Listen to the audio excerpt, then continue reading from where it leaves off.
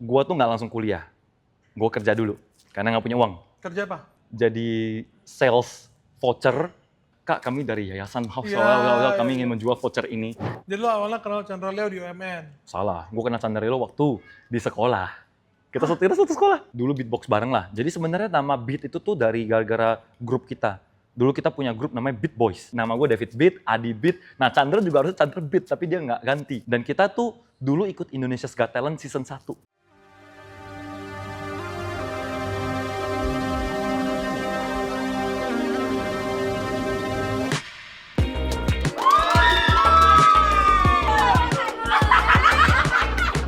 Senior gua! Cincin Obok!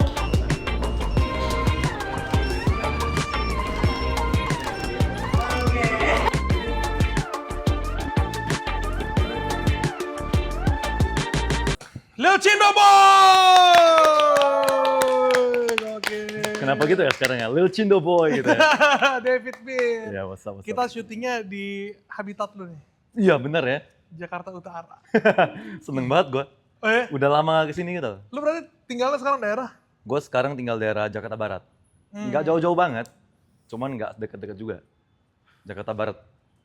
Kecil di sini lo.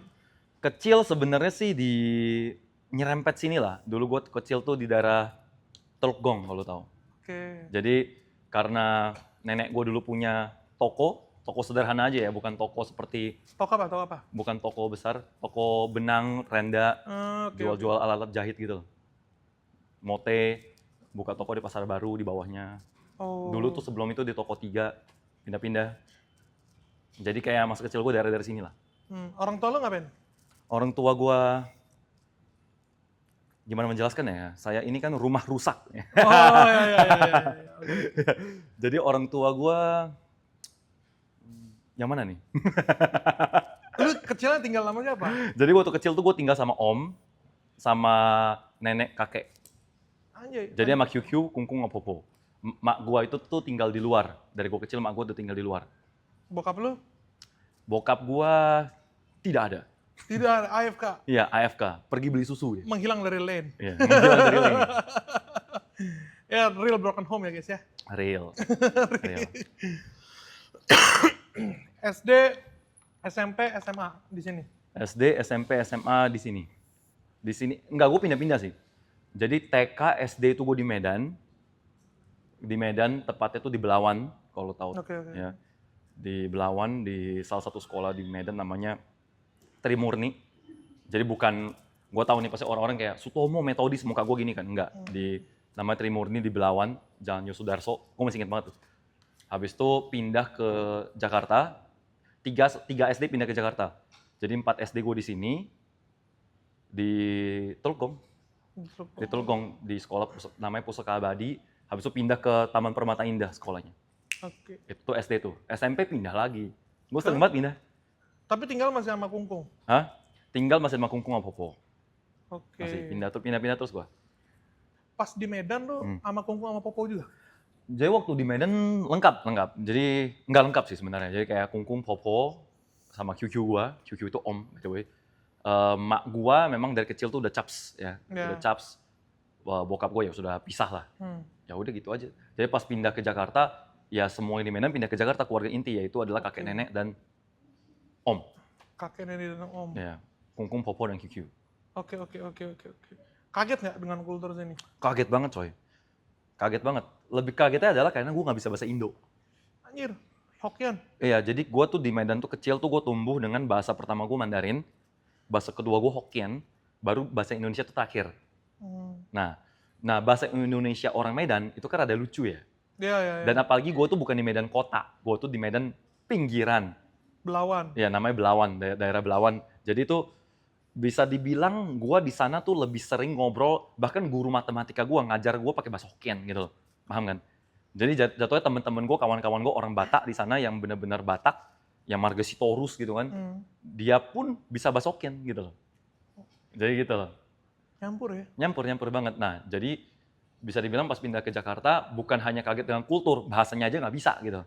Jadi benar-benar bahasa Indo gue bisa, tapi aneh sekali. Kayak logatnya tuh Batak Medan campur aneh gitu loh. gue nggak bisa jelasin. Iya. Jadi gue nggak lancar sama sekali, gue baru lancar ngomong Indo itu tuh SMA 1. Anjir. Iya. SMP gimana lo komunikasi? Ya lucu, makanya gue dibully abis-abisan gara-gara itu. Soalnya gue belajar ngomong bahasa Indo itu tuh dari nonton anime. Aneh banget ya, belajar bahasa Indo tuh ngomong dari anime, ini aneh gue tahu. Tapi lu tahu kan tiap minggu pagi lu bisa nonton Dragon Ball. Dragon Ball, One Piece, Shinchan gitu-gitu segala macam lu nonton kan. Iya. Gue belajar bahasa Indonesia dari situ. Anjir. Karena gue nggak punya teman, maksudnya kayak ngobrol, nggak bisa ngobrol gitu. Berarti di Medan lo nggak punya TV? Di Medan punya TV, tapi Nonton juga, cuman emang hari-hariannya mungkin nggak? enggak. TV-nya nyetelnya TVB Phoenix Channel, lu tau nggak? Allah. Terus habis itu Metro TV-nya itu Metro Sinwon. Iya, Metro Singun. Ya, Metro Sinwon, Kuang Po Tian Tai. Iya. Gitu kan, bahasa Mandarin gitu. Hmm. Ya. Oke. Menarik. Tapi kalau lu tanya gue sekarang, terus lu berarti jago dong bahasa Mandarinnya? Maksudnya, enggak.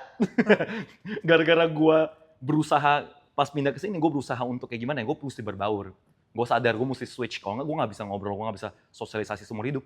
Iya. Ya kan, gue switch, gue paksa diri gue untuk belajar bahasa Indo, untuk gimana caranya gue mesti jago bahasa Indo. Karena gue paksa, SMA 1 gue yang kayak mencapai fluency gitu kan. Terus somehow gue lupa bahasa Mandarin, somehow lupa bahasa Hokkien gitu loh. Oke. Jadi ya, Hokkien pun nggak bisa? enggak, sekarang akhirnya gue pelan-pelan gue resurrect gitu loh. Ya. Pelan-pelan gue mulai sering ngomong, kalau telepon, ya gue paksa ngomong bahasa Hokkien. Sekarang ya oke lah. Ya, soalnya rap-rap lu kan juga Hokkien ya? Benar, gue tulis rap dalam bahasa Hokkien, dalam bahasa campur-campur Mandarin dikit. Oke. Ya gitulah hidup bro. Gue Cindo yang kehilangan jati diri. Ya. Iya. Keras juga ya? Enggak sih, enggak kehilangan jati diri sih. Bener gue, ya inilah Cindo. Kita enggak Chinese, kita dibilang Chinese enggak, dibilang Indo juga. Indo, bener, ya kan? Makanya disebutnya Cindo kan. Tetap sih, tapi menurut gue Indo lah. Indo, gue tetap Indo mau kapanpun. Tetap lah, Indo. Keras juga hidup lu ya? Enggak lah, banyak lebih keras lah. Bener sih. Ya. Bagus. Tidak mengasihani diri sendiri ya guys ya? Ya. Keren. Banyak keras lah. Gue kurang keras kayaknya, gue mesti lebih keras lagi. Nyari duit dari kapan sih lu? Nyari duit dari lahir ya. Serius? Soalnya kayak nggak tahu ya, keluarga gue itu tuh aliran keras gitu. Karena waktu di Medan kita itu nggak gitu susah. Waktu di Medan tuh masih slow lah, karena mungkin biaya hidup juga nggak terlalu tinggi, ya kan. Habis itu demand gue tuh nggak terlalu banyak karena gue tinggal di pinggiran. Jadi ya gue nggak ada, lu tau nggak sih kayak kalau misal di sekolah, lu ketemu temen lu misalnya pegang iPad gitu. Iya. Aku juga mau gitu kan, ngerti kan? Nah, seingat gue waktu kecil, ya udah mainan kita apa yang dijual di ama toko mainan depan sekolah. Jadi misalnya paling temen gue punya Tamagotchi, gue juga pengen Tamagotchi. Ya udah levelnya di situ tuh udah mentok tuh, ya kan? Bukan yang kayak temen gue punya Labubu, sekarang kan gue juga pengen Labubu, nggak gitu. Nggak banyak pilihan gitu. Nah waktu di Jakarta baru? Nah di Jakarta waktu itu baru tuh, pindah ke Jakarta, rupanya orang Jakarta gaya banget. Mereka punya PS lah, mereka punya inilah, ya gue punya PS juga sih. Tapi maksud gue kayak mereka selalu ada kayak hobi baru, mainan baru, ini baru, tren baru. Habis itu yang namanya juga masih kecil kan, aku pengen ini, di sekolah teman-teman pada pegang ini. Habis itu gue inget banget, gue dikasih ini 5.000.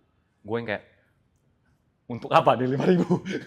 5.000 kayaknya seminggu juga nyampe ini habis nih gitu kan. Meskipun zaman dulu makan tuh 1.500 ya, makan 1.500, nggak 1.500 tapi ya 1.500 sampai 2.500 lah makan itu, bisa 2 hari. Tapi kan maksudnya kayak ya gue kan mau beli mainan, ini nggak buat makan, ini cukup buat makan doang. Zaman dulu maksudnya kayak mainan-mainan aja. Bosnya buku, lu tau gak sih ada buku stiker Digimon yang kalau lu penuhin, lu dapat Tamagotchi Digivice. Lu kalau penuhin lu dapat Digivice. Nah, itu aja beli bukunya aja nggak cukup, tuh bukunya goceng kalau nggak salah. Ya kan? Terus katanya, ya ini goceng, kalau lu pinter, ini goceng bisa jadi goban. Ini umur berapa nih? Ini gua SD berarti ya? SD. Kelas 5 SD. Ini 5.000 bisa kamu rubah jadi 50.000 kalau kamu pintar. Terus gue yang kayak, maksudnya gue goblok gitu. Maksudnya gue goblok gitu. Nah, akhirnya ya udah gue entah gimana caranya gue berusaha merubah 5.000 itu jadi 50.000. Yang dimana waktu SD gue nggak berhasil. Gue nggak berhasil melakukannya. Karena tapi gue berhasil melakukannya waktu SMP. Waktu SMP kan biasa kan lu dari SD ke SMP uang jajan naik dong. Uang jajan naik dong. Nah, pas masuk SMP uang jajan gue naik jadi 7.000. Oke. Yang dimana temen-temen gue waktu SMP uang jajannya udah ya 20.000 gitu kan, atau 20.000 sampai yang paling tajil 50.000 gitu. Tahun berapa ini? Ini gue gue lulus SMA itu 2011. Berarti kalau gue SMP minus 6 tahun. Ya, Berarti 2005-2006. Jadi 7.000 gue rubah jadi gocap dengan cara gue berjualan di Kaskus, FJB. Gila. Jadi somehow gue kayak menemukan Kaskus, FJB, V-Bulletin masih dulu kan belum update. Terus mulailah gue berjualan power balance palsu. Ini mau laptop dong, Lim. Terus. Dan gue menipu seluruh angkatan gue gitu kan. Habis itu gue pokoknya semua gue jual deh. Gue bikin toaster aja gitu. Gue bikin thread. Dulu kan hits kacamata 3D tau gak sih? Tahu. Yang lu bisa dapatkan dari produk Wings gitu. Iya. Tapi ada yang kacamata 3D. Iya. Nah, dulu gue ngambil dari Cina gitu kan. Jadi habis itu gue dropship lagi gitu. Oh, gila. Kacamata 3D. Gila. Terus gue jual apa lagi ya? Gue jual kaos. Gue dulu jual kaos. Zaman dulu kan baru banget tuh teknologi DTG, Iya. direct to garment, yang di print sebenarnya nggak bagus-bagus banget, sebenarnya blur gitu. Gue jual kaos 9gag. 9gag. Jadi Ada yang relate nggak tuh 9gag di sini? Ada yang tahu 9gag kita apa nggak? Ya. Gila, Gen Z udah nggak tahu 9gag kita Udah apa? nggak tahu. Jadi bisa dibilang tapi 9gag itu sebenarnya hitsnya tuh pas gue SMP akhir ya. Ini bukan SMP awal. Jadi ini gue ngomongin satu periode aja ya. Jadi gue jual kaos 9gag dan di Jakarta Barat lumayan hits coy. Lu mesti tahu dulu kan gue tinggalnya kan pas gue di Tangerang, itu kan SMP gue Tangerang tuh kan, udah nggak di Togong. Itu tuh hitsnya tuh sampai ke sekolah-sekolah sebelah, sampai ke sekolah Kristoforus, sampai ke sekolah Bina Kusuma, pokoknya hits banget gitu loh. Yeah. Kaos 9gag gue di PO-PO-in gitu. Jadi bisa dibilang gue berhasil mengubah 7.000 jadi 2 juta. 2 juta sih dulu gede. Gede banget coy. Terus duitnya buat apaan lu? Hah? Buat gue traktir cewek gue lah bro. Pada saat itu bro ya. Pada era itu gue langsung traktir gitu loh. Ya. Langsung pertama kali makan sushi tei. Nggak pernah gue makan sushi tei seumur hidup, gue beli. Ya. Tapi ya bodoh ya. Duitnya dalam beberapa minggu 0. Ya, habis itu gue buka PO lagi. Ada lagi duit, habis lagi. Jadi manajemen gue goblok sebenarnya pada dulu. Oke. Tapi kayak ya udah dagang dari era itu. Karena bisa dibilang ya kan gue ciptakan, ini kan daerah masa kecil gue. Kayak Jembatan 5, Pasar Baru, nenek gue buka toko kan. Dari kecil tuh gue dibawa. Jadi kayak nenek gue ke WC, gue jaga toko, jualan gitu loh. Ya tipikal anak keluarga Chinese Indo pada umumnya saja. Oke. Ya, yang tidak begitu berada. Pindah ke Tangerang bareng tuh. Toko masih buka tapi? Enggak, udah pada saat itu udah nggak buka. Ngapain dong berarti keluarga? Soalnya popo gue sebenarnya buka toko itu tuh karena gimana ya? Karena lu tau gak sih, kayak orang tua yang udah kelamaan bekerja di hidupnya, habis itu pas pensiun malah jadi pikun gitu, ngerti gak sih? Oke. Bukan pikun, tapi kayak dia ngerasa lama-lama pikun gue di sini gitu. Kayaknya gue mesti kerja gitu, tau gak sih? Nah, kerja lagi dia? Jadi dia buka toko tuh karena kayak gitu. Dia pengennya kerja terus gitu loh, nenek gue. Popo gue pengennya gitu terus. Jadi makanya dia buka toko. Nah pas pindah ke Tangerang, toko udah nggak buka karena sebenarnya masih buka. Tapi makin lama kan makin jauh ya perjalanannya. Kayak QQ gue kasihan. Lu kok maksudnya udah tua, santai lah di rumah. Habis itu ada kejadian-kejadian popo gue mulai sakit lah.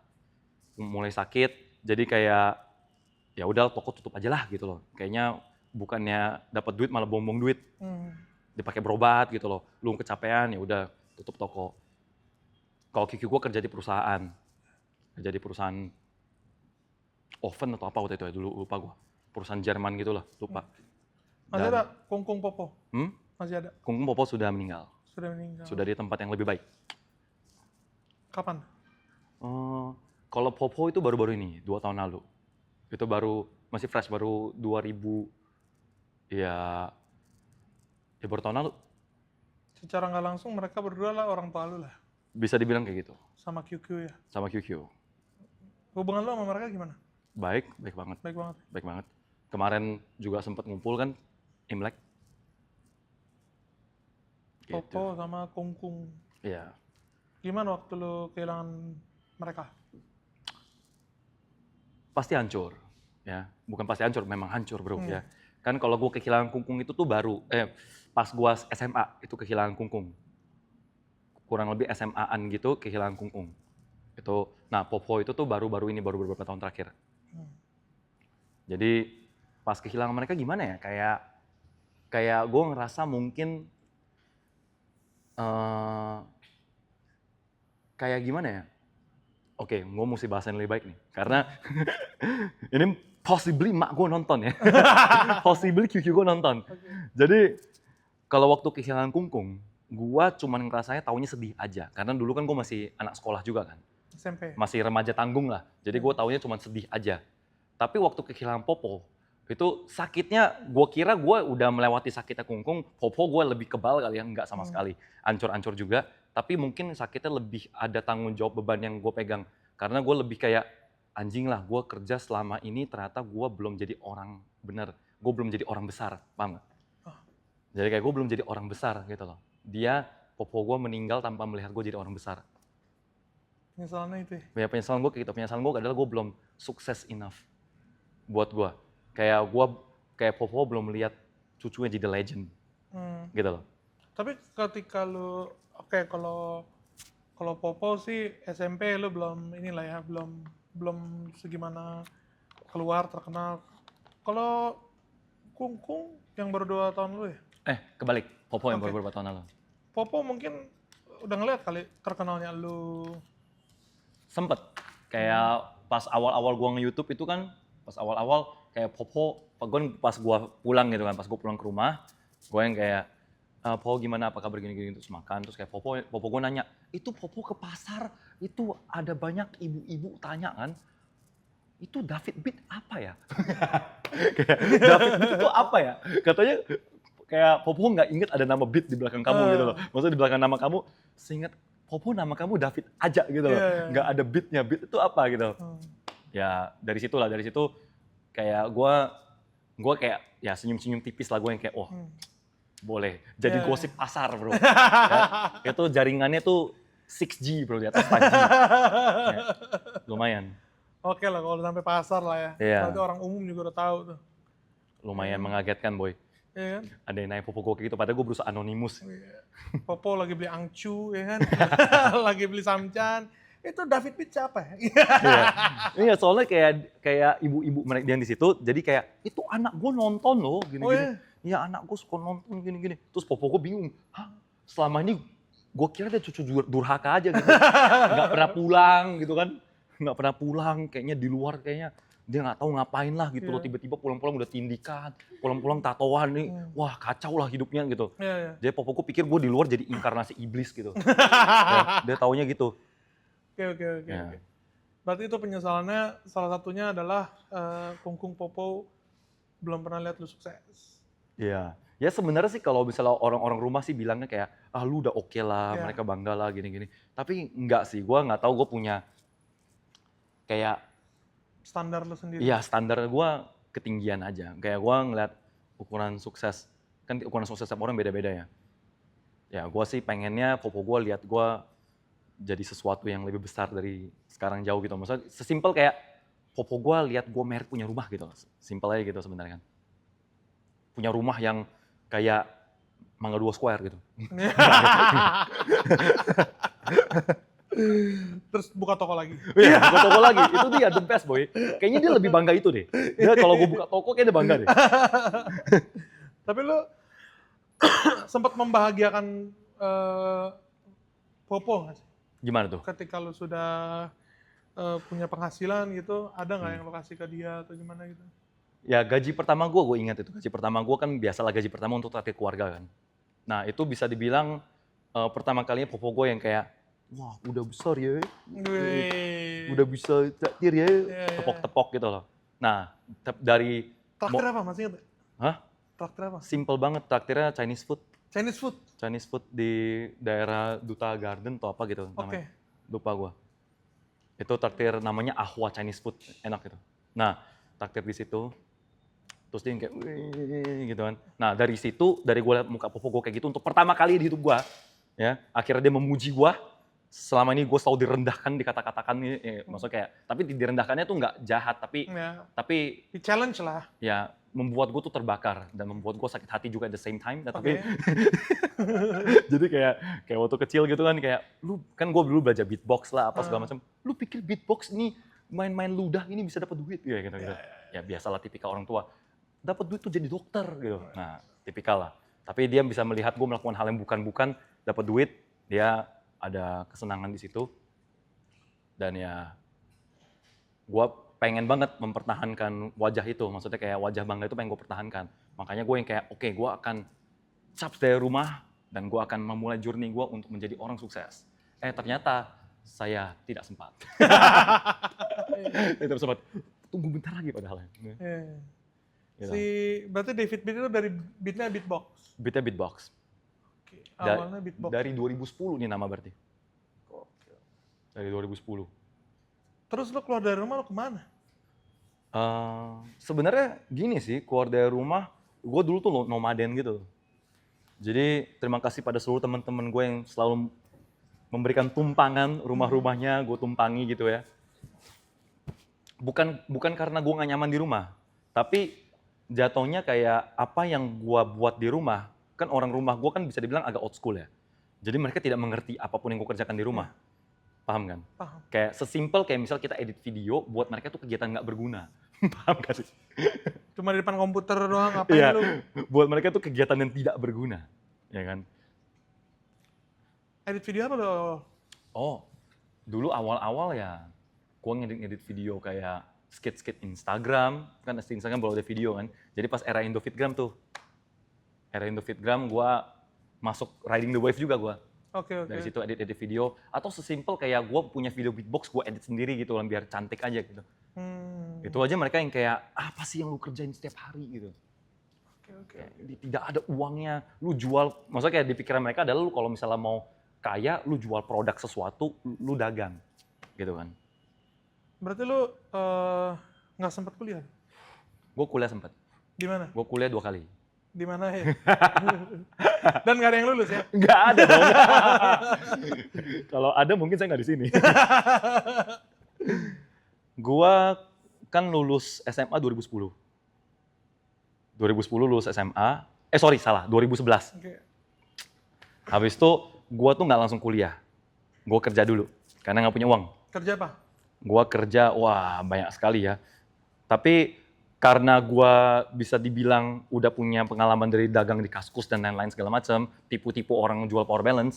Jadi kayak gue mikir ya dagang kayaknya is the solution ya. Jadi gua mulailah menjadi salesman. Ya, salesman jual bantu QQ gua, jual mesin absensi jari, tau gak sih yang Tahu. gue jualan itu, gue naik motor sampai Bekasi gitu kan. Nah, balik lagi, nggak jualan, nggak dapet apa-apa, gagal total. Habis itu, ya, gue ngajar les. Les apa? Kebetulan kan gue dulu anak IPA. Dan buat gue juga, matematika, fisika, kimia buat gue biasa aja. Iya. Maksudnya buat gue nggak sesusah itu untuk gue ngajar orang. Nilai gue lumayan lah. Jadi gue ngajar orang.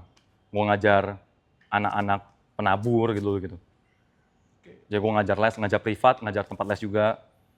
Habis itu dulu, jadi selama setahun itu tuh gue banyak banget kayak nyambi-nyambi gitu loh. Jadi kalau lu nonton Hometown Cha-Cha-Cha, itu adalah saya. Gitu. Tau gak sih, gue punya lisensi untuk jadi ini. Nah itu gue. Jadi bisa dibilang gue ngajar les, habis itu gue juga sempat jadi sales SPB, sales promotion boy. Sales di Carrefour, gue sempat dulu jaga laptop Dell. Ada nggak jual di sini? Ada sih, jual laptop harusnya ada di sini. Nah, gue jual laptop Dell di Carrefour dulu. Ya, hidup gue di Carrefour berapa kayak kurang lebih 3 bulanan, lumayan lama ya. 3 bulanan gue jual laptop, jaga laptop Dell. Tipu-tipu orang juga gitu kan, orang datang kayak, "Bapak, laptop Dell ini Bapak lihat ya. Ini Obama aja pakai, Pak." Padahal itu editan. Enggak, beneran. Jadi Obama lagi gini, habis itu ada laptop Dell. Tapi kan itu mungkin bukan laptop dia ya. Mungkin tuh laptopnya kebetulan ditaruh aja. Jadi bisa dibilang gue melatih skill komunikasi gue dari situ lah. Iya. Habis itu gue Ya juga... sekarang buat orang yang nyari laptop Dell, Kak Agres aja ya.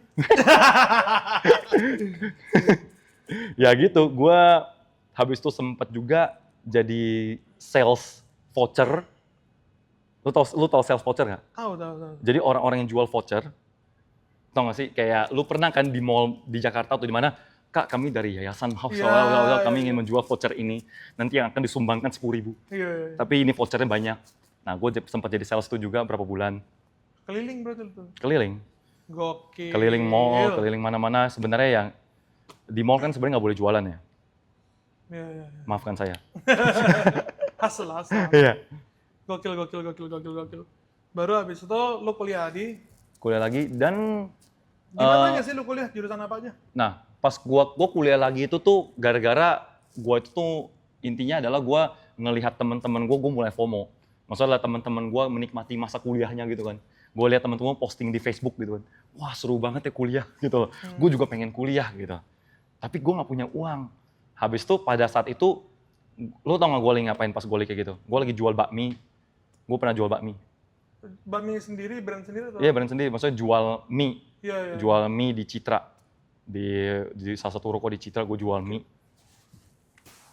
Aneh ya? Mana? Bentar-bentar sales careful bener jual mie. Iya. Nah gue lagi jual mie, habis itu kayak gue satu hari gue pulang ke rumah gue nangis lah. Gue nangis, gue yang kayak kenapa ya kok hidup kita gini banget gitu loh. Maksudnya kayak gue kenapa gue gak bisa kuliah. Habis itu akhirnya orang tua gue rembukan, maksudnya om gue, mama gue rembukan, ya udahlah gini aja. Coba David tes dulu aja, kamu tes dulu aja, kalau kamu dapat grade-nya tuh A atau dapat beasiswa baru bisa. Ya udah. Gue pikir kayak easy banget coy. nggak buat gue pas saat itu. Soalnya otak gue masih encer kan. Gue masih ngajar les soalnya. Nah, jurusan yang gue masuk itu teknik sipil. Jadi grade gue mesti A atau tidak sama sekali. Rupanya tes pulang gue yang kayak easy kali gitu loh, jijik easy gitu. Habis itu kayak pas dapat hasilnya, emang jijik easy boy, A. Habis itu apply beasiswa dapet, sampai lulus. Di mana tuh? Itu di Ukrida. Ukrida. Lumayan. Ya, Ukrida Teknik Sipil. Nah, habis itu di sana gua cuman sampai semester 3. Padahal beasiswa ya. Justru karena itu, karena kan beasiswa itu kan setahu gue ya, dulu itu sistemnya slot-slotan. Kalau gue udah masuk, ya yang lain nggak dapet. Dan gue ngerasa kayak ada satu hari gue tuh ngerasa ini tuh bukan passion gue. Teknik sipil. Karena teknik sipil itu tuh cuman kayak jurusan disarankan sama QQ gue pada saat itu, jurusan disarankan. Kayak QQ sarankan kamu masuk teknik sipil. Gue juga dengan logika gue pada saat itu ya, teknik sipil memang ada perusahaan yang, bukan perusahaan, jurusan yang menghasilkan. Karena gue keluar dari teknik sipil, gue bisa kerja di mana aja yang berhubungan dengan konstruksi dan cuan. Dan maksudnya pembangunan baik sekali. Gue di Jakarta kalau nggak dapet tendernya, gue bisa ke luar kota kayak ngapain kayak IKN, ya kan? Ya kan? Nah, tapi ya bisa dibilang itu jurusan yang gue bisa, tapi bukan berarti gue suka. Ya udah, gue masuk teknik sipil, IP gue bagus juga, IP gue tuh 3,5. IP gue 3,5. Tapi di semester somewhere around semester 3, gue itu habis nonton satu film. Namanya Three Idiots. Three Idiots-nya si Rajkumar Hirani ya? Yang Amir Khan itu loh, iya. Nah, gara-gara nonton film itu, sebenarnya gue udah nonton film itu dari SMA, cuman entah kenapa gue pengen rewatch aja. Pas gue rewatch lagi, entah kenapa gue yang itu ngehit gue banget gitu. Karena, coy, gue lagi ngerjain sesuatu yang gue gak suka. Kayak, gue anggaplah gue lanjutin teknik sipil 3 tahun lagi nih gue lulus. Ekspektasi gue apa? 3 tahun kemudian gue lulus, habis itu selama 10 tahun ke depan gue ngerjain sesuatu yang teknik sipil kan. Habis itu mungkin gue married, kayak gue punya anak ya segala macam. 10 tahun kemudian, terus gue di umur 50 gue yang kayak, fuck gitu, ngerti gak sih? Kayak fuck, gue ngerjain sesuatu yang gue gak suka seumur hidup. Ya kan? Meskipun sekarang gue banyak duit, amin-aminnya pada saat gue pikir gitu kan. Terus gue yang kayak, you know what? Fuck this shit gitu kan. Jadi gue yang kayak benar-benar di rumah itu tuh, bukan di rumah ya, tapi ke orang tua gue tuh dengan kesan yang kayak, nih IP gue 3,5, beasiswa gue full, tapi gue mau keluar. Jadi jatuh gue membuktikan dulu, gue keluar bukan karena gue goblok. Ya. Gue keluar karena ya gue nggak suka. Bagi dulu bagi. Wih silakan. Nah, cuman lu menyarankan nggak untuk orang-orang yang look up to lu gitu ya? Lu menyarankan jalur itu nggak? Nggak. Jangan. Kenapa tuh? Jangan. Karena nggak tahu ya. Gue sampai sekarang gue merasa pendidikan tuh masih tetap penting. Itu sangat-sangat penting, pendidikan tuh penting. Dan bisa dibilang gue unorthodox lah. Gue tidak lazim untuk orang-orang seperti gue. Maksudnya kayak, gue nggak bilang gue one of a kind. Iya. Tapi banyak orang-orang seperti gue yang tidak cocok dengan sesuatu yang terstruktur. Jatuhnya gue dari kecil memang gue bukan orang yang nggak cocok aja gitu di kantor gitu loh. Nggak cocok aja di kantor, nggak cocok aja untuk kerja yang memang terstruktur gitu loh, nggak cocok sama sekali. Jadi makanya itu mungkin menjelaskan kenapa gue kayak 3 bulan jadi sales, 3 bulan jadi ini, 3 bulan jadi ini. Gue pernah jadi agen asuransi juga. Iya. Maksudnya kayak banyak gitu loh arc kehidupan gue gitu loh. Karena gue mencari apa yang sebenarnya gue cocok gitu. Sebenarnya apa yang gue cocok, ternyata yang gue cocok adalah Agen asuransi. agen asuransi. Betul sekali. We are prudential. Our values mean a lot. Ya, hafal gue prudential. Yang Nah, cocok adalah yang paling cocok ternyata adalah kerjaan kreatif. tahu dari mana? Kerjaan entertainment. Taunya adalah karena gua dulu beatbox, ya gua manggung dong. Pas gua manggung, gua yang kayak this is me gitu loh. Habis itu gua dulu juga pelayanan di gereja, main musik juga di gereja, Musik apa? main drum. Oke. Makanya beatbox kan. Main drum di gereja, gua main gitar juga di gereja pelayanan. Ya banyak yang gua mainin di gereja ya. Dan itu lu Dan gue ngerasa kayak on stage ini tuh sesuatu yang gue suka banget. Entah itu on stage, entah itu di belakang stage. Entah itu tuh di balik layar produksi, atau memproduksi, atau sebagai orang yang diproduksiin. Itu entah kenapa gue cocok banget di situ. Gue suka banget sesuatu yang kreatif. mulai manggungnya itu dari kapan? Mulai manggung Kalau di gereja dari dari SD ya? buset. Aktif Iya, juga ya. iya, gue dari SD udah kayak, ya kan di gereja kan banyak kegiatan nggak sih? Kayak dulu kan anak sekolah minggu aja ikut core gitu kan. Nyanyi atau main drama lah, ya kan. Dan maksudnya, tapi pada saat itu, gue pas keluar teknik sipil, gue tuh belum mikir kayak my life tuh di atas panggung, gue belum mikir ke situ. Bahkan gue tuh belum ngarah ke sana meskipun gue udah sering manggung beatbox ya. Karena pas gue keluar teknik sipil, itu kan gue pindah ke jurusan tebak apa ayo. Manajemen. Wih, sangat-sangat salah. Matematika. Salah. Apaan? Gue pindah ke DKV. Jadi gue Universitas apa? Multimedia Nusantara, UMN. Mahal dong itu. Yoi. Tapi kayak thanks to my mom, ya, shout out to my mom, mak gue mensponsori lah. Iya. Jadi mak gue mensponsori gue juga, tapi ada banyak hal yang gue bayar sendiri. Karena DKV itu tuh problemnya bukan di uang pangkal, problemnya bukan di uang semesteran. Problemnya adalah di pernak-pernik yang mesti gue beli.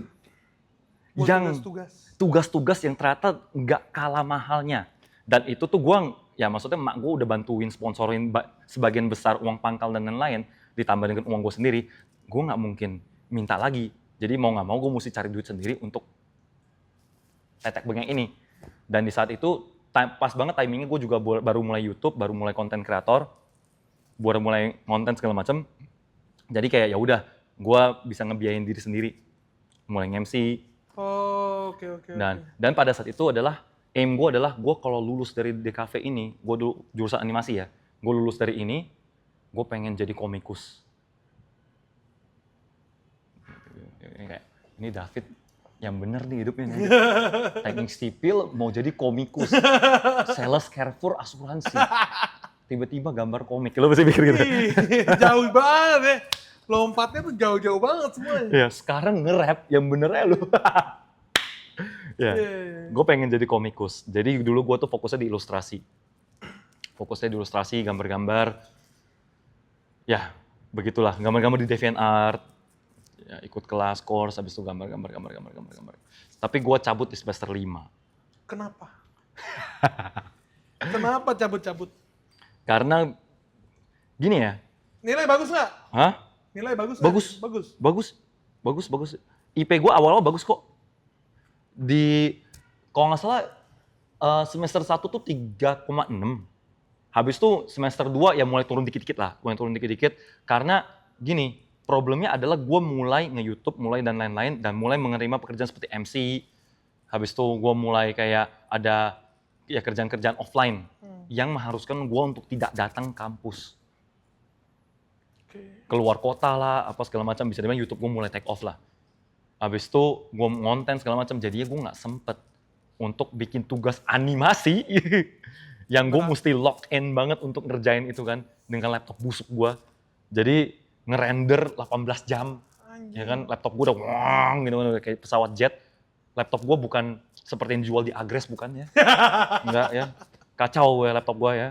Nah, jadi intinya semua nggak sempet. Jadi gue mikir ini counterproductive.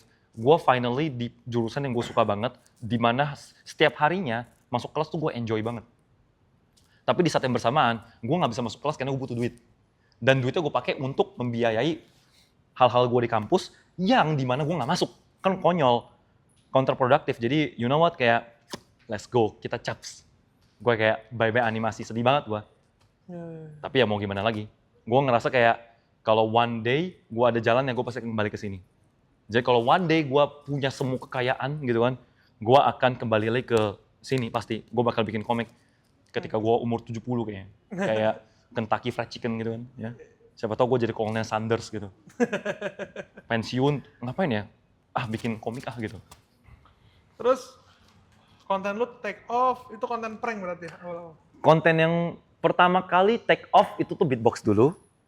Terus kedua take off skit, pas gue bikin skit. Jadi pas gue beatbox, for some reason skill beatbox gue ya mentok ya, segitu aja. Karena sebenarnya gue itu tuh kayak udah mau pensiun gitu loh beatbox gitu loh. Entah kenapa gue ngerasa kayak kayaknya saya kurang uang gitu. Ya kan, habis itu pada era itu ya, sekarang beatbox, shout out Adik Kerang, udah mantep banget. Beatboxer Indonesia bisa pergi ke Prancis dan lain-lain untuk mewakili Indonesia, udah mantep banget sekarang. Tapi pada zaman dulu, era itu, di skena beatbox tuh, apalagi gue independen gitu kan, nggak ada komunitas.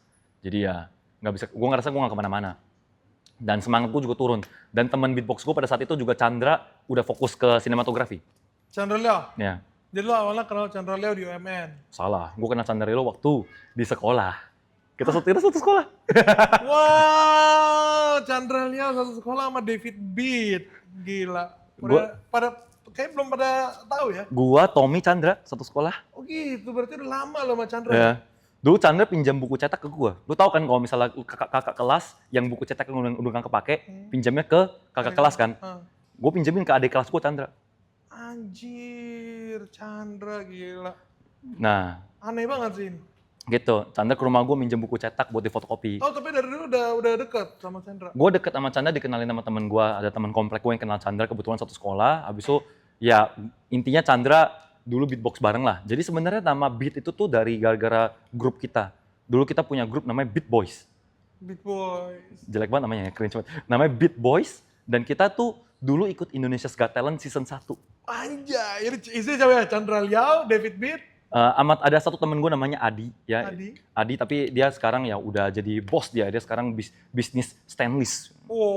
Mantep bro ya. Nah dia udah nggak di entertain lah, tapi dulu kita tuh bertiga. Nah jadi dulu nama gue David Beat, Adi Beat. Nah Chandra juga harusnya Chandra Beat, tapi dia nggak ganti ya. Chandra parah lu Chandra. Anyways ya, jadi dari beatbox dulu, konten-konten beatbox naik. Habis itu gue lihat Indofitgram bikin skit. Habis itu entah kenapa gue merasa kayaknya gue lumayan lucu. Ya kayak gue ngerasa gue tampaknya kayak bisa gitu ya. Skrip di kepala gue kayaknya lucu gitu loh. Gue suka nonton kayak banyak sitcom dan lain-lain, gue yang kayak ini lucu nih kalau gue pakai formula komedinya di sini. Ya udah gue bikin skit. Rupanya naik skit gue. Jadi bisa dibilang ya gue ngikut riding the wave Indo Fitgram. Dari situ baru rolling ke prank. Karena pada saat itu pun gue memang suka nonton konten prank di YouTube. Ya kan? Habis itu dulu ya. apa sih? Jackass. Oh ya, kayak yang OG kan Jackass. Tapi kalau yang di YouTube setelah era Jackass kan ada Vitalizity TV. Oh iya anjir. Ada Fusetube yang sekarang udah aneh banget tuh orang. Habis itu ada Dennis Roddy, Roman Atwood. Iya. Zaman-zaman dulu. Iya, Roman Atwood legend. Sampai sekarang Roman Atwood sekarang bikin vlog kan. Iya. Nah, jadi bisa dibilang gue nonton mereka, ya terinspirasi dari sana. Terus abis itu pada saat itu juga teman-teman nge-push kan. Siapa ya temen? Salah satu yang paling nge-push gue untuk bikin prank pada saat itu, ini gue selalu bilang kemana-mana ya.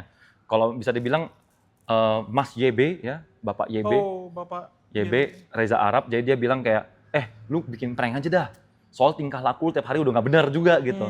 Jadi ya pada situ kan masih masih muda dan berbahaya ya. Jadi berapi-api gitu kan. Jadi kayak tingkah gue juga malu-maluin setiap harinya tanpa harus divideoin. Jadi kayak sekalian aja lu bikin prank. Ya udah gue iseng lah bikin 1 prank, 2 prank di YouTube. Rupanya naik. Karena bisa dibilang gue one of the first kan. Ya, lu one of the first lah. Bahkan secara data ya gue one of the first benar. Secara data gue yang pertama banget gitu kan. Dan dari Instagram tumpah ke YouTube. Tumpah. Habis itu semua orang kayak, wah ini prankster Indonesia, bla bla segala macam gitu. Ya udah dari situ mulai tuh roll. Nah, ya udah gitu aja. Dari situ take off. Berarti dari lu di UMN nggak gaul sama Chandra berarti? Gaul Gaul sama Chandra, Gaul. gaul sama Arab. Arab kan nggak di UMN, Arab kan di rumahnya. Iya. Dia nggak kuliah setahu gua. Berarti lu main sama Chandra, terus main sama Indofitgram, sama Ya, king YouTube-nya sekarang lah ya. ya. Soalnya kan memang gue kenal Chandra udah dari zaman sekolah juga dan beatbox bareng dari zaman sekolah. Jadi memang sebenarnya sampai sekarang circle gue nggak ganti kok gitu-gitu aja gitu loh. kayak ya gue bisa tunjukin fotonya sih. Ada gue foto manggung sama Chandra di sekolah gitu. Coba mau dong. Serius? Mau dong, kirim dong. Aduh. Gila ini. Hey Chandra Liao, kenapa kamu tidak cerita-cerita ya tentang David Beat? Enggak, soalnya ini kisah lama. Jatuhnya ini tuh sebenarnya jatuhnya kayak, lo tau gak sih, ini tuh kisah-kisah yang gue jelasin sekarang ada kisah-kisah prolog. Ya. Tau gak sih? Jadi banyak orang yang kayak bilang, Bang kenapa gak bikin prank lagi? Gue selalu respon gue adalah, bro lu nyangkut di prolog bro. Iya. Ya, ini gue udah season 7 kayak hidup gue gitu. Sekarang lebih keren sih kalau menurut gue. Hidup gue udah season berapa, lu masih nyangkut di prolog. Kayak lu baru tamatin prolog gitu. Gue ngerasa tuh gitu. Tapi ya gak ada masalah juga sih. Iya, Chandra Liao sama David Beat ternyata satu sekolah guys. Lah, gue kira lu pada tahu anjir. Nggak tahu. Dan kayaknya di internet nggak ada info itu dah. Nggak banyak yang tahu ya? Nggak banyak kayaknya. Nggak banyak. Kita up ya. Sebentar ya, gue Chandra Beat. Asik. bentar ini foto di Facebook, jadi gue mesti Iya, kayak nggak apa-apa. kayak lumayan Kita tunggu. nyari gitu. Bentar ya, ini tuh mesti lumayan nyari banget. Chandra susah juga tuh ya. Dulu SMA.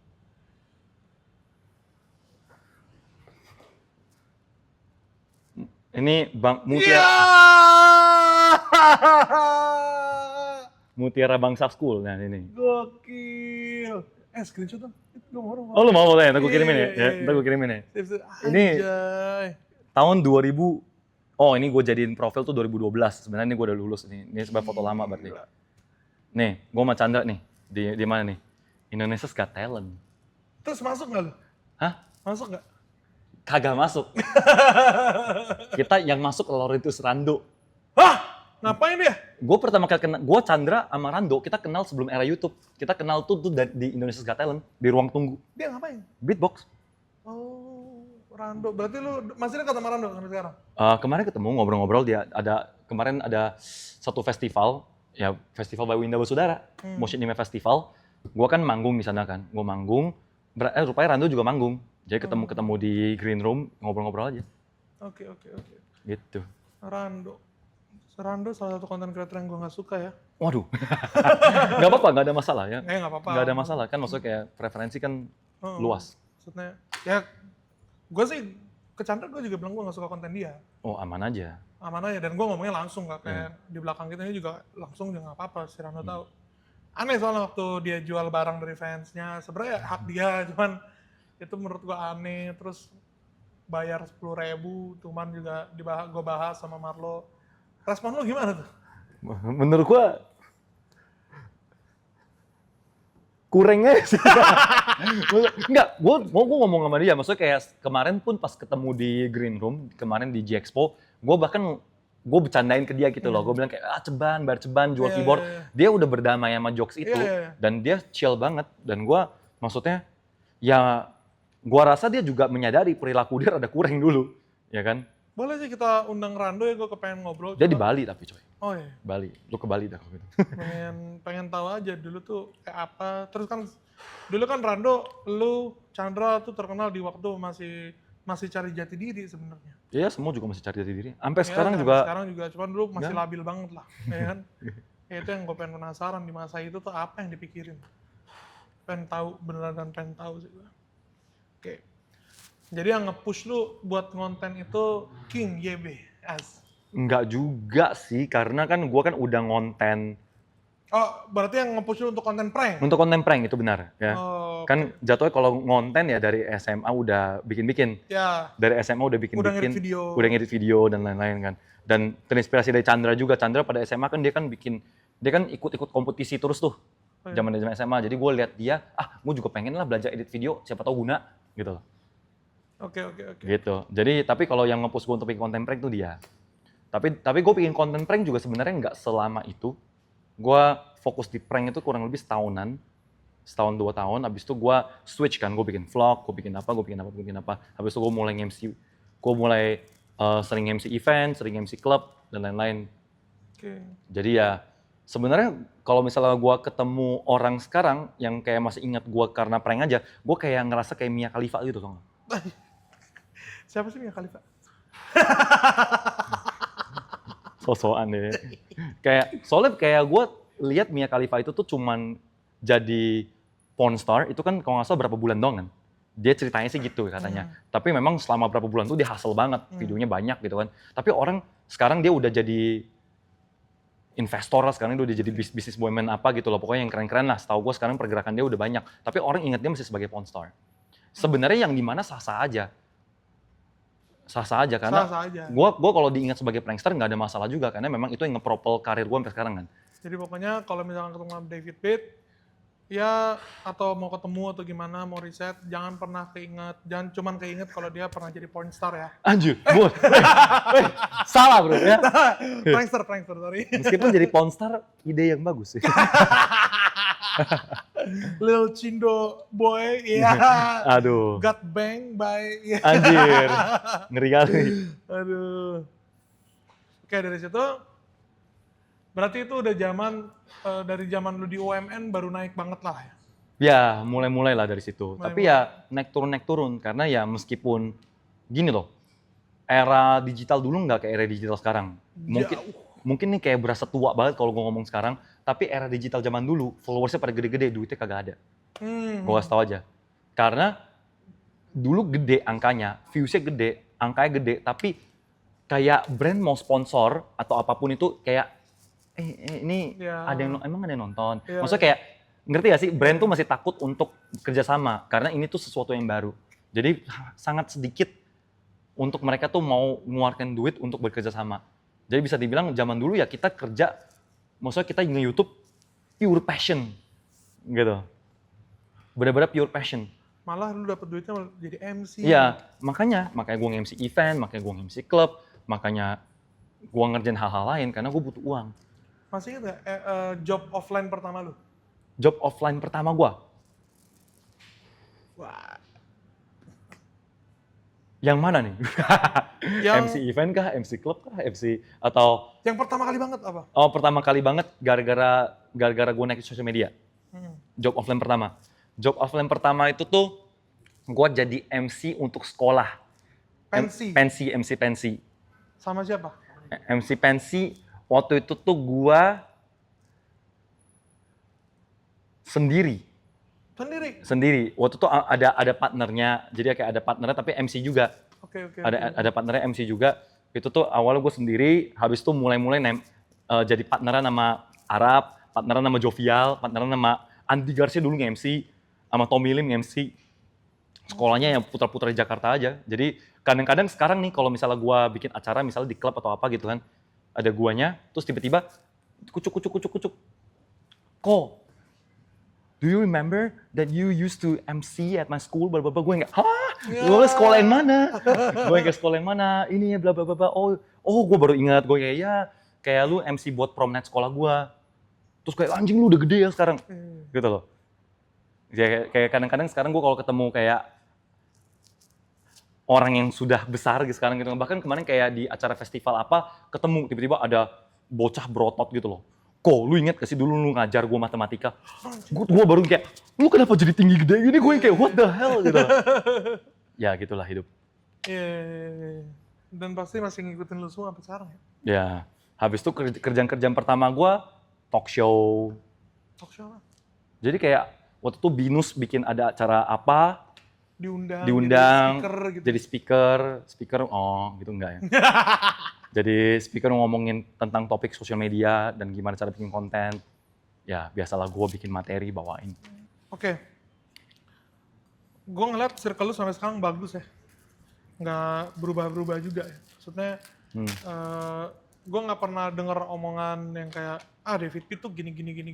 Ya, ya maksudnya kayak ya puji Tuhan lah. Gue entah kenapa meskipun gue kalau sekarang kalau gue ngelihat banyak orang-orang yang berkasus ya, di-spill di X karena Abdullahu gitu kan. Gue entah kenapa gue kayak puji Tuhan saya tidak sama sekali berulah zaman dulu. Kan zaman dulu bisa dibilang ya gue yang dulunya sales Carrefour, tiba-tiba gue dapat fame, tiba-tiba gue dapat duit, kan kepala gue lumayan pindah ke atas langit tuh kan, ya kan. Dan itu tuh bisa dibilang era-era gue tuh banyak kesandung. Aneh-aneh. Iya, banyak kesandung lah, ya kan. Tapi kesandungnya gue tuh nggak pernah nyebrang ke arah yang ke sana. Paham nggak maksud gue kan? Nggak pernah ke arah yang kayak gitu. Jadi kayak bisa dibilang gue masih punya prinsip memegang teguh, mungkin tidak orang tua gue juga gitu kan, mengajarkan gue dengan baik. Gue maksudnya tumbuh dengan pengajaran orang tua dan nyokap gue. Kalau lu itu tuh nggak boleh begini, lu boleh dapat ketenaran, lu boleh dapat duit segini, tapi lu nggak boleh begini, nggak boleh begitu. Jadi ya puji Tuhan sampai sekarang ya nama gue masih wangi-wangi aja. Maksudnya kayak contoh gue kemarin pernah dapat kayak tawaran job, tiba-tiba oh rupanya ini tuh orang agensi yang ngontak gue kayak 5 tahun lalu, sekarang posisi dia udah naik pangkat, sekarang dia udah punya agensi. Dia ingat katanya, ya dulu gue kerja sama lu fun banget gitu loh. Gue kerja sama lu nggak pernah ada aneh-aneh. Gue kayak iseng nyari lu, oh rupanya lu masih gini-gini, rupanya lu masih aktif dan sekarang malah jadi musisi. Oh, gue pengen kulik kerja sama lu. Jadi gue yang kayak, oh puji Tuhan gue dulu tidak takabur ya. Atau tidak setakabur itu, gue ada takaburnya. Ya, ada takaburnya tapi gue tidak setakabur itu ya. Tidak gitu, tidak belok banget gue. Shout out Kung Popo. Ya, shout out QQ. Kung Popo QQ gue, mak gue. Itu salah satu kesuksesan menurut gue. Salah satu kesuksesan. Serius, banyak orang yang takabur lah, apalagi background lo kan hancur lah ya, keluarga ya. Biasanya orang yang punya background kayak lu kan, ya gimana ya, menyalahkan keadaan apa segala macam jadinya berulat. Lu ya shout out lah. Terus kita tadi lagi ngomongin circle. Lu kenal sama mereka ini dari mana ya? Kayak sama Arab, sama siapa lagi? Teman lu? Mungkin dulu kita punya satu grup ya, namanya Eclipse gitu kan. Itu kan sebuah geng-gengan main aja yang menjadi sebuah grup. Dari situ? Dari awalnya, ini sebenarnya lucu ya. Jadi temen internet pertama gue yang gue kenal di sosial media, tau gak siapa? Christian Bong. Yang sekarang CEO founder Indo Musikgram. Shout out Christian Bong. Okay. Jadi dia itu tuh bisa dibilang teman pertama gue di internet. Gimana cara ketemu? Dia DM gue duluan. Jadi ya tipikal lah, zaman-zaman era-era Instagram masih baru-baru gitu kan. Era-era masih ada Instamit, tau kan? Era-era masih ada Instamitnya. Bong DM gue, halo, salam kenal ya. Gue Bong, gini-gini gue bikin musik. Terus habis itu gue balas, halo, gue beatbox dan kayak maksudnya kenalan biasa aja. Kan gue juga nggak gitu asing. Zaman itu lumayan asing loh untuk orang kenalan di internet. Bener. Tapi gue nggak begitu asing karena gue dulu aktif di Kaskus. Di forum. Jadi menurut gue kenalan di internet tuh nggak asing buat gue. Era MIRC gitu-gitu loh. Ya. Ya kan? Gue nggak asing. Jadi kayak pas Bong ngajak gue kenalan, gue follow-followan, ngobrol. Yuk ketemuan yuk, duduk yuk ngobrol. Bong ngajakin gitu, maksudnya kayak ayo kenalan aja. Gue bilang, waduh, gue bulan ini lagi nggak bisa. Lu kenapa bulan ini? Gue bulan ini lagi stuck di PRJ. Karena gue dulu jadi SPB di PRJ. Oke. Gue dulu Jadi tuh. lu udah bikin konten tapi masih tetap kerja gitu-gitu ya? Masih tetap kerja. Wow. Butuh duit Pak. Ya. Dan lu nggak malu? Enggak. Kalau butuh duit nggak usah malu ya guys. Enggak, soalnya gue sadar diri gue butuh duit gitu loh. Iya, udah Kayak- terkenal tapi masih jadi SPB. Enggak terkenal lah, pada saat itu tapi lumayan sih. Waktu pada saat itu gue punya followers mungkin kayak 10.000 kali ya. Nah, buat zaman itu gede. Ya, buat zaman itu lumayan. Dan kadang-kadang juga masih ada yang datang ke booth. Gue dulu kan gue jadi sales powerbank, ya kan, booth powerbank. Tapi gue nggak sales, gue team leader waktu itu kan, udah naik pangkat. Soalnya gue tuh kerja di PRJ 4 tahun berturut-turut kalau nggak salah. Tapi kebetulan itu tahun terakhir memang. Tahun terakhir, gue kerja di PRJ dan gue lagi jaga booth. Gue bilang ke Bong, lu kalau mau kesini aja, lu main ke PRJ nggak? Oh, gue kayak kesana di minggu depan. PRJ kan sebulan kan. Gue kayak kesana di minggu depan. Oh ya udah kabarinnya kalau sini. Tiba-tiba datang orangnya. Bong datang gitu kan. Bong datang kenalan terus ngobrol. Gue bilang yuk keluar yuk jalan-jalan yuk. Ya udah ke jajan Momogi kayak apa kayak gitu kan. Ya kan habis itu ngobrol-ngobrol gitu-gitu. Oh gini. Ya udah ntar main ya, lu tinggal di mana? Rupanya Bong tinggal di Karawaci. Gue yang kayak oh nggak sejauh itu. Ya udah akhirnya jadi kenalan di situ. Dan dari situ tuh Bong mengenalkan lah. Maksudnya kayak lu kan bikin konten nih. Ini tuh ada acara namanya YouTube Happy Hour. Zaman dulu YouTube Happy Hour. Di zaman dulu tuh gue ngomong zaman dulu kayak gue tua banget ya. Tapi kita tua sih emang.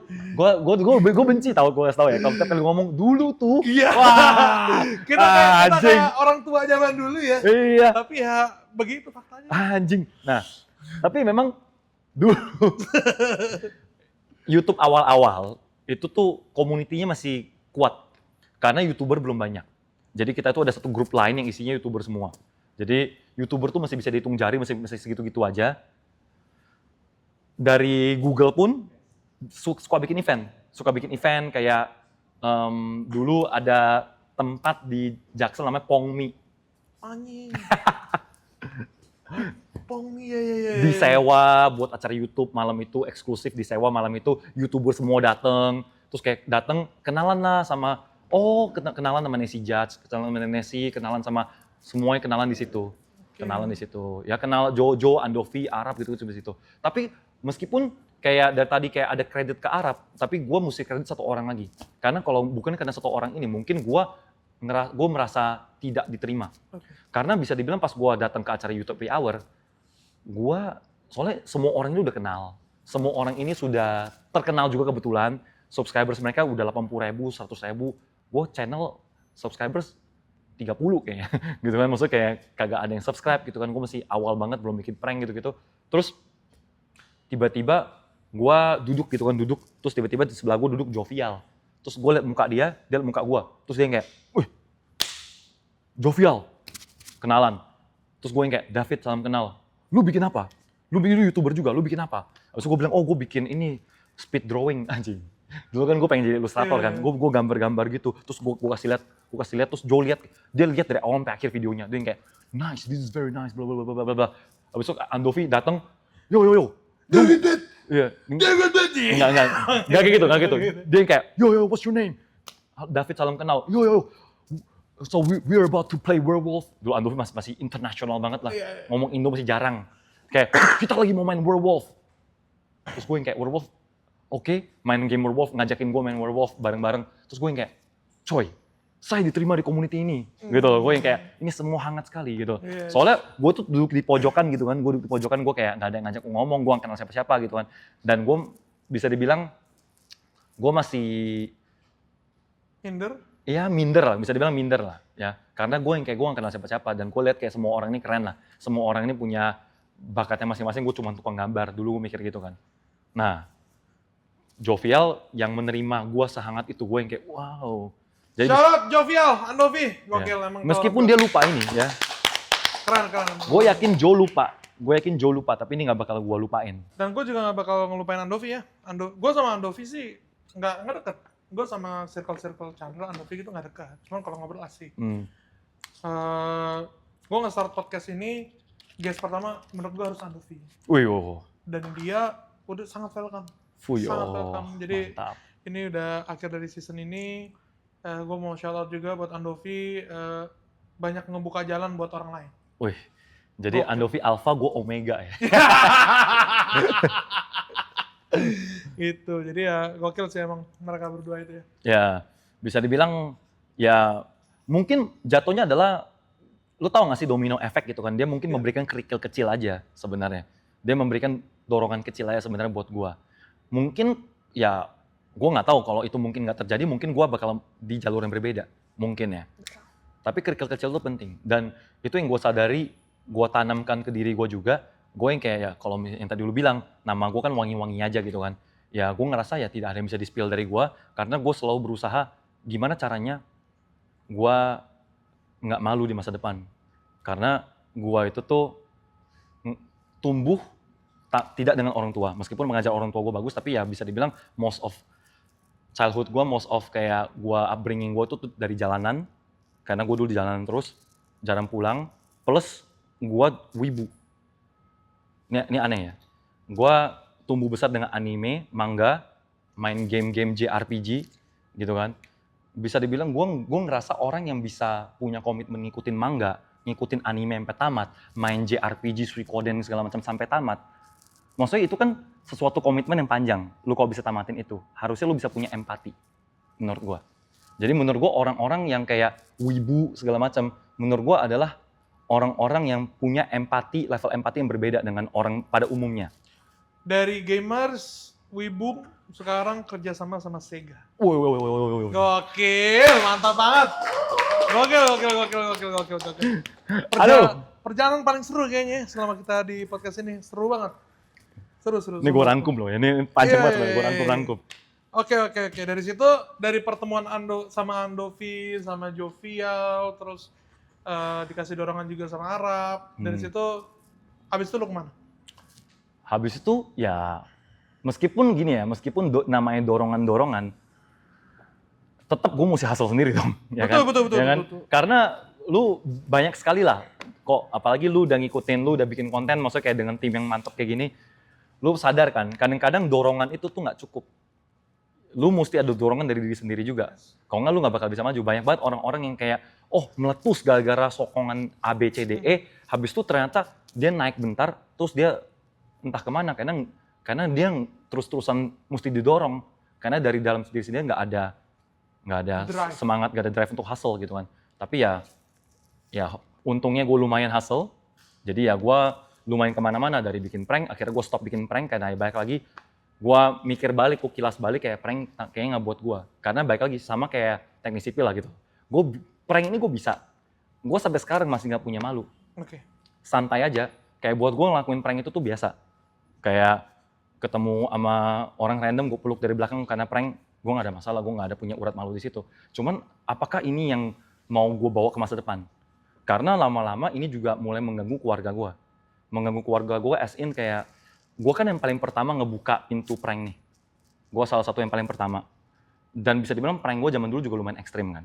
Bukan prank-prank yang family friendly banget gitu. Jadi haters gue tuh yang paling serem sebenarnya di era dulu. Itu bener-bener yang kayak hate komennya itu parah-parah boy. Sampai sekarang kalau lu buka hate komennya tuh nggak sekedar kayak cringe. Gitu-gitu. Kalau gue kayak cuman kayak cringe, alay gitu, gue yang kayak Nah, begitu gue baca head comment yang kayak, kalau ketemu mak lu di tengah jalan, gue tembak palanya gitu-gitu segala macam. Kalau ketemu nih, gue perkosa gitu loh. Ya ketemu maknya, keluarganya. Nah, gue liat head comment kayak gitu, gue mulai mikir kayak, aduh, gue bikin konten kayak gini, yang terganggu nggak cuma gue, tapi keluarga gue juga bisa terganggu. Gue mikirin kayak popo gue kalau misalnya ke pasar nih, gitu. Gue kayak mikir kayak, ini, kalau popo gue ke pasar lagi, kalau misalnya tiba-tiba popo gue malu karena gue nggak mau. Gue nggak mau bikin malu keluarga.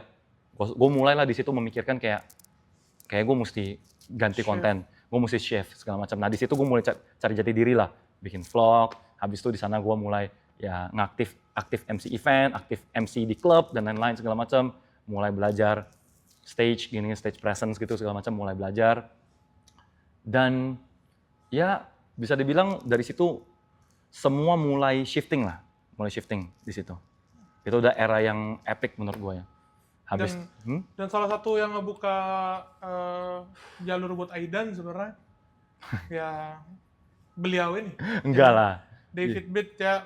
Pernah ketemu nggak sama Aidan? Pernah. Ketemu sama Aidan tuh di kantornya Iben waktu itu, kantornya di LTT kan. Waktu itu gue lagi main ke sana sama beberapa temen gue, sama Gerald, main ke sana. Terus ketemu Aidan. Lucu banget deh. Kayak gue lupa Iben atau Iyeng yang ngomong ya. Jadi pas Aidan keluar dari pintu, terus Iyeng sama Iben yang kayak, weh Aidan sungkem dulu nih. Terus kayak Aidan yang gini, gue yang kayak, weh nggak usah. Nggak usah, gue bahkan kagak, maksudnya kayak, coy, Iya. ya memang sih kalau misalnya secara data dan secara ini memang gue jatuhnya tanda kutip buka pintu, tapi ya tetap hasil sendiri, gede sendiri, Benar. nggak ada sangkut pautnya sama gue gitu. Dan seru juga hasilnya Aidan ya, bisa Iya. ditonton di podcast kita. Iya. Jadi kayak maksud gue hasil dia adalah milik dia sendiri, nggak ada kredit ke gue nggak usah dicoret aja nama gue dari kredit gitu loh. Karena anggaplah misalnya kayak gue buka pintu nih, gue kayak Joe Arab gitu loh, memberikan kerikil kecil gitu kan, domino efeknya ternyata gede, tapi tetap gitu kan, maksudnya kayak Harus ada elunya di situ. iya, harus ada hasil dari diri sendiri gitu. Benar. Gokil sih Aidan juga konsisten banget sekarang Bagus juga. banget, ya. Gokil, keren. Dan anaknya baik-baik ya. Iya, Aidan, Iben tuh open for sharing gitu. lingkungannya bagus ya. Iya, lingkungannya bagus. Itu lingkungan bagus dan solid ya. Nah kalau bisa dibilang itu yang mahal menurut gua. Karena banyak orang-orang konten kreator atau orang-orang yang di entertain naik, tapi lingkungannya nggak bagus. Yes. Ya, maksudnya ini rahasia umum aja lah gitu loh. Lu bisa ketemu beberapa orang yang namanya nggak usah gue sebutkan, pas lu ketemu, sayang banget gitu kan. Iya. Benar. Gitu. Tapi apa sih kuncinya kayak lu bisa tetap berteman gak ada masalah sama mereka karena kayak kemarin guest kita ya Marlo, dia ada masalah sama teman lamanya yang di Indofitgram, ada beberapa lagi lah gitu ya. Kalau kayak lu, gue nggak pernah kayak ketemu sama orang terus bukan gue sebut itu, nggak pernah kayak ngomongin lu jelek atau gimana gitu. Ya puji Tuhan lah ya. Terima kasih. Dan lu sekarang masih berteman sama Andovi, sama Jovial, sama Arab, sama Chandra semua gitu. Gimana cara lu ngejaga relasi, ngejaga pertemanan itu? Ya, coy, sebenarnya kalau ngomongin masalah ya, masalah tuh ada. Oke. Kayak maksudnya kayak kalau lu nggak punya masalah sama sesama, ya lu bukan manusia gitu loh. Kan maksud gua besi menajamkan besi, ya manusia menajamkan sesamanya, ya kan. Masalah friction tuh pasti ada. Cuman ya gimana kita ngadapin aja nggak sih? Kayak itu kan proses pendewasaan ya. Dan jatuhnya juga gini loh. Lu bilang ya masih berteman sama Chandra, gue masih berteman sama Andovi Jo, masih kayak sama Arab juga biasa aja. Cuman problemnya di sini kan lu kalau lihat kan ya kita kan udah jarang se-frame. Iya. Ya kan udah jarang se-frame karena memang udah sibuk masing-masing aja. Masing-masing udah punya season barunya masing-masing gitu loh. Jadi jatuhnya kayak ya udah kebetulan kayak di prolog kita bareng-bareng, jatuh kayak ini nggak sih? Lu nonton Netflix gitu kan? Lu nonton sitcom apa gitu kan di season 1, season 2 ada orang baru, ada yang pisah, ada yang cabut. Ya itu kan bukan berarti mereka nggak temenan, ya kan? Tapi emang lagi cabut aja, lagi ada kisah sendiri. Bahkan kadang-kadang kalau misalnya sitcom itu terkenal, ada spin-off kisah sendiri. Ya kayak gitu loh, maksud gue kayak, gue mengibaratkan hidup tuh kayak gitu. Oke. Kayak gue mengibaratkan hidup tuh kayak main game RPG gitu kan. Kita, meskipun kita satu guild awalnya, tapi lama-lama kita ya ada path kita sendiri gitu. Kayak anime gitu lah, semua orang punya path-nya sendiri. Semua orang adalah main karakter di kisahnya sendiri. Gitu menurut gue. Oke. Berarti Ya kan? dari situ sampai lu ke rap tuh gimana ceritanya? Wah ini lompat lagi ya. Iya, lompat lagi. Oke, gimana perjalanan ke rap? Perjalanan ke rap, gue sebenarnya dari kecil, gue memang suka hip hop.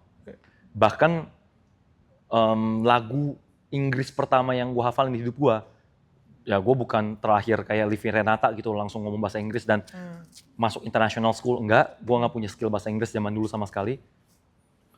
Tapi gue dari kecil tuh memang suka hip hop. Karena gue inget core memory gue adalah mak gue pulang dari Aussie. Ya mak gue dulu berkelana coy. Ya. Mak gue pulang dari Aussie dan mak gue setel di TV gitu kan, Eminem. Dan gue tuh lompat-lompat ke Eminem, mak gue juga inget. Jadi core memory yang gue inget, mak gue inget cuma satu ini. Jadi mak gue ngeliat di styling Eminem, gue di depan TV gini-gini. Depan TV Eminem gini-gini. This looks like a job for me. Terus gue yang kayak, everybody just follow me. Gue yang kayak di depan TV kayak gitu. Itu core memory gue. Nah, jadi memang gue dari kecil tuh tumbuh dengan hip hop dan bahkan lagu Inggris pertama yang gue hafalin di hidup gue adalah In The End, Linkin Park. Dan kemarin jadi MC Linkin Park. Yoi. It comes full circle. Bener-bener kayak circle itu lagi muter gitu loh. Makanya lu tadi bilang ya kerjasama dengan Sega dan lain-lain, gue ngerasa kayak circle kehidupan gue lagi muter. Lagi bagus lah, it's a blessing lah, thanks God. Dan gue ke rap itu tuh sebenarnya gue nggak pernah punya pikiran untuk menjadi rapper. Tapi memang gue di payung yang mirip-mirip ya, gue belajar beatbox kan di payung hip hop juga, ya kan. Habis itu cara gue berpakaian juga gombrong-gombrong, baggy jeans gitu kan, hip hop juga. Memang gue suka hip hop ya dari kecil aja gitu kan. Gue sering dengerin rap, gue penikmat, tapi apakah gue akan menjadi kreator? Kayaknya enggak. Gue mikirnya tuh di situ. Tapi di masa-masa gue kuliah, nah dari situ tuh masa-masa gue kuliah akhir-akhir, gue mulai sering iseng-iseng kayak iseng cover lagu rap gue upload di SoundCloud gitu. Iseng-iseng bikin lagu nulis nggak pernah gue publish gitu loh. Nggak pernah gue publish. Ya dari situ lah. Dari situ, nah habis itu dorongannya dari mana? Dorongannya dorongan mantan sebenarnya. Ya memang jadi gue dulu tuh pacaran, mau punya mantan, dia seorang rapper. Siapa? Ramen Girl. Anjing sempet ya? Oh iya sempet ya. Ya 3 tahun setengah pacaran. Jadi Tunggu. ya Lu pacaran sama Ramen kalau yang putusnya baik-baik ya? putusnya sangat baik-baik. Oh iya, ntar kita bahas. Oke. Oke. Putusnya sangat baik-baik. Oke, jadi dorongan Sangat baik. mantan dulu, dorongan mantan. Ya, dorongan mantan.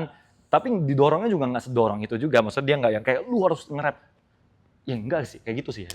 Setelah gue pikir-pikir lagi dorongan lumayan keras. Oke. Dia itu kan dulu kan maksudnya kita kan sering bareng. Dia nulis lagu juga gue ada di studio bareng dia, di studio dia bareng dia. Dan maksudnya kadang-kadang dia juga yang kayak nanya gue, misalnya dia lagi nulis, dia nanya gue pendapatnya gimana ya menurut lu, rhyme ini sama rhyme ini gimana? Oh gue bilang ini sama ini, nge-rhyme sama ini, konteksnya tuh ini. Oh bagus juga.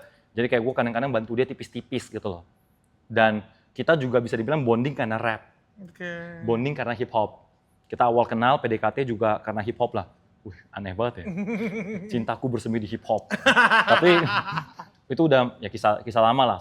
Ya dia sekarang udah ada cowoknya kayaknya, gue nggak tahu juga. Oke. Tapi gue juga udah punya love life gue sendiri lagi gitu. Tapi kita aman, kita baik, temenan sekarang.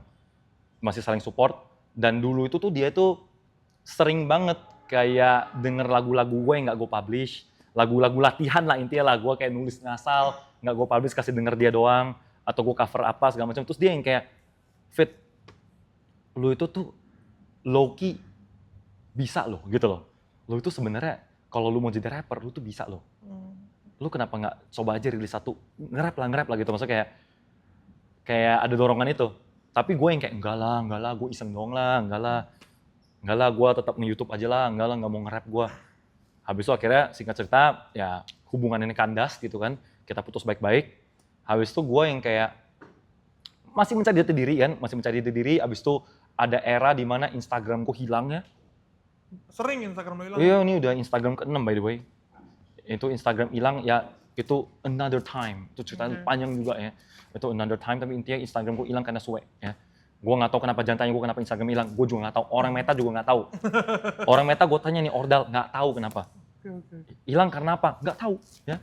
Jadi kayak gue di situ tuh putus asa dan lain-lain segala macam. Karena bisa dibilang gue baru mau konten lagi. Itu kan gue kan habis banyak hal yang terjadi di hidup gue lah. Itu post COVID. Setelah COVID itu, ya, so pas COVID kan bisa dibilang ya mencari jati diri lah, gue mulai live streaming segala macam. Jadi bisa dibilang gue tuh baru mau mulai lagi nih. Oke, live streaming gue lagi mantep nih, gue yang kayak oke, live streaming full lah, terus konten di Instagram gini-gini. Ayo, gue baru pindah kontrakan baru, let's go. Instagram gue hilang lah, cibai. Kesel banget gue, ya kan? Instagram hilang, segala macam, gue down. Habis itu ketika gue lagi down kayak gitu, gue yang kayak ya. Terus gue jadi sad boy gitu kan, dengerin lagu-lagu hip hop yang kayak lagu-lagu hip hop ini menyembuhkanku gitu. Lo ngerti gak sih? Habis itu di satu sisi entah kenapa gue kembali lagi ke nulis. Karena gue ngerasa memang jati diri gue dari dulu tuh benang merahnya adalah gue di storyteller. Gue tuh storyteller, di mana gue itu tuh ya gue jadi komikus itu kan telling story kan. Gue pengen jadi komikus I wanna tell a story. Dan dulu gue juga, maksudnya pelayanan di gereja, main panggung boneka, tell a story. Ya kan? Maksudnya kayak gue selalu menceritakan sesuatu. Dan menurut gue, medium apa yang paling mantep untuk orang yang tidak begitu bisa nyanyi, untuk tell a story. Adalah rap, hip hop. Ya kan? Seni rima dan puisi. Ya udah, gue nulis lagu debut pertama gue. Jago debut pertama gue, dan gue approach ke Sun Eater pada saat itu, dan dirilis di Sun Eater, didistribusin, dibantu sama Sun Eater. Oke, lagu apa tuh? Lagu judulnya Temanku Sayang. Temanku Sayang. Jadi gue di situ gue menceritakan tentang kayak banyak hal lah. Gue ceritakan tentang kayak menceritakan tentang kok ini ternyata teman-teman dunia maya bukan teman-teman dunia nyata gitu loh, intinya gitu lah. Menceritakan tentang kayak gitu, menceritakan tentang IG gue hilang gitu-gitu segala macem. Oke. Maka judul Temanku Sayang. Kayak Ya. Ini menarik nih, nggak banyak mantan kekasih yang bisa jadi temenan. oh iya benar. Itu menarik. Kalau gue tipikal yang kayak lu sih sebenarnya bisa jaga hubungan sama mantan. Cuman menurut orang itu kayak, red flag banget. Iya nggak jelas gitu. Iya, ngapain? Gimana caranya lu menjaga hubungan baik dengan mantan dan kenapa? Sebenarnya kalau ditanya caranya gitu, gue nggak tahu juga sih. Gue nggak kayak kita putus, kita nggak ada kayak formula know how untuk menjaga hubungan dengan mantan, nggak ada kan, nggak ada guide semacam itu. Tapi kita cuman kayak pas kita putus kita berpegang satu hal yang teguh, yaitu sayang nggak sih kita udah kenal selama 3,5 tahun lebih, tapi putus ya udah gitu aja, ngerti nggak sih? Kita balik lagi jadi acquaintance, kita balik lagi jadi orang nggak kenal. Maksud gue itu sesuatu yang aneh karena kita sudah membangun hubungan seerat ini, terus pas putus tiba-tiba direnggangin aja tanpa alasan yang jelas. Menurut gue kita tetap bisa saling support, kita tetap bisa jadi teman. Maksudnya kita tetap bisa tukar pikiran. Dan apalagi kita sekarang ya, gue masuk ke ranah yang sama, gue masuk ke skena yang sama, yaitu hip hop. Gue pasti kan ketemu dia terus. Dan sampai sekarang pun sama, jatuhnya kayak sekarang ramen ada acara Going Noodle segala macam, gue dateng. Gue kemarin bikin acara tuh, gue kemarin kan label gue 1 tahun kita bikin showcase di Krapela. Satu geng ramen Going Noodle datang semua. Maksud gue kayak saling support, nggak ada yang gimana-gimana. Maksud gue tetap bisa ada kolaborasi, tetap bisa ada tukar pikiran. Karena menurut gue, kalau misal putusnya nggak baik-baik, ya wajar. Maksudnya kayak putusnya, ya ini cewek gue selingkuh lah apa gitu kayak, ya wajar. Maksudnya kalau lu masih temenin berarti aneh juga lu gitu kan. Kalau orang yang nggak beres, tapi kan ini kita putusnya baik-baik. Kita putusnya bukan karena sesuatu yang kita nggak beres. Kita putusnya gara-gara karena memang ya nggak cocok. Jatuhnya kita baterai Asia masukin ke BlackBerry, nggak cocok aja gitu. Iya. Analogi yang aneh. Jadi ya menurutku juga nggak aneh sih ya buat mantan masih jadi temenan dan saling support ya. Ya, tapi ya memang ini tidak untuk semua orang dan gue paham itu. Tidak untuk semua orang dan tidak harus diikuti semua orang. Gitu loh. Karena ya ini kan bukan bro science gitu loh. Ini works buat gue, belum tentu works buat lu. Oke. Terus sekarang lu lagi fokusnya live streaming dan musik. Ya, 2 itu sekarang. Akhirnya gue kerucutin lah.